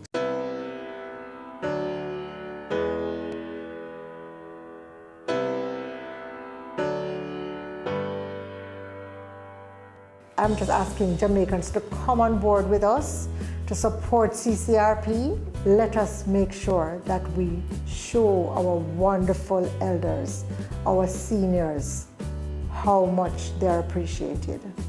And let this be a reminder to all of us who are younger to plan for our retirement.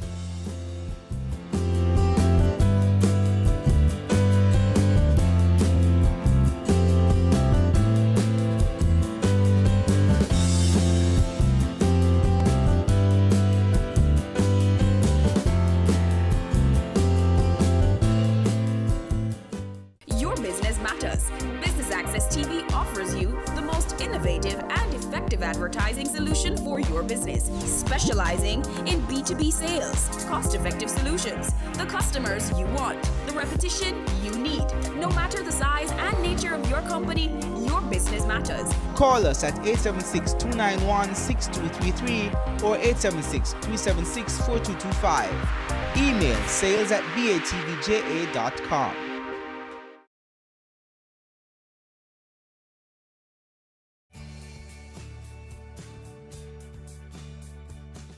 The Jamaica Stock Exchange wishes to help to develop the social sector. To that end, they have formed the Jamaica Social Stock Exchange, which is a safe, efficient, and transparent platform that aims to promote social projects that build Jamaica and will inure to the benefit of all persons living in the country. The Jamaica Stock Exchange is a company that encourages and mobilizes capital for the main market. And that is the market that is not the social sector. Now, the Jamaica Social Stock Exchange is really geared towards the social sector to help to solve social problems in the field of health, education, about children, environment. Those are some of the things that we consider social problems. And so it is to mobilize the capital, allow persons who have a desire to invest in a social good, to invest in the social stock exchange. It is designed in two parts. In phase one, where we look at social investment, and phase two, where we look at social impact investment. Now, in phase one, really what we are saying is it is donation.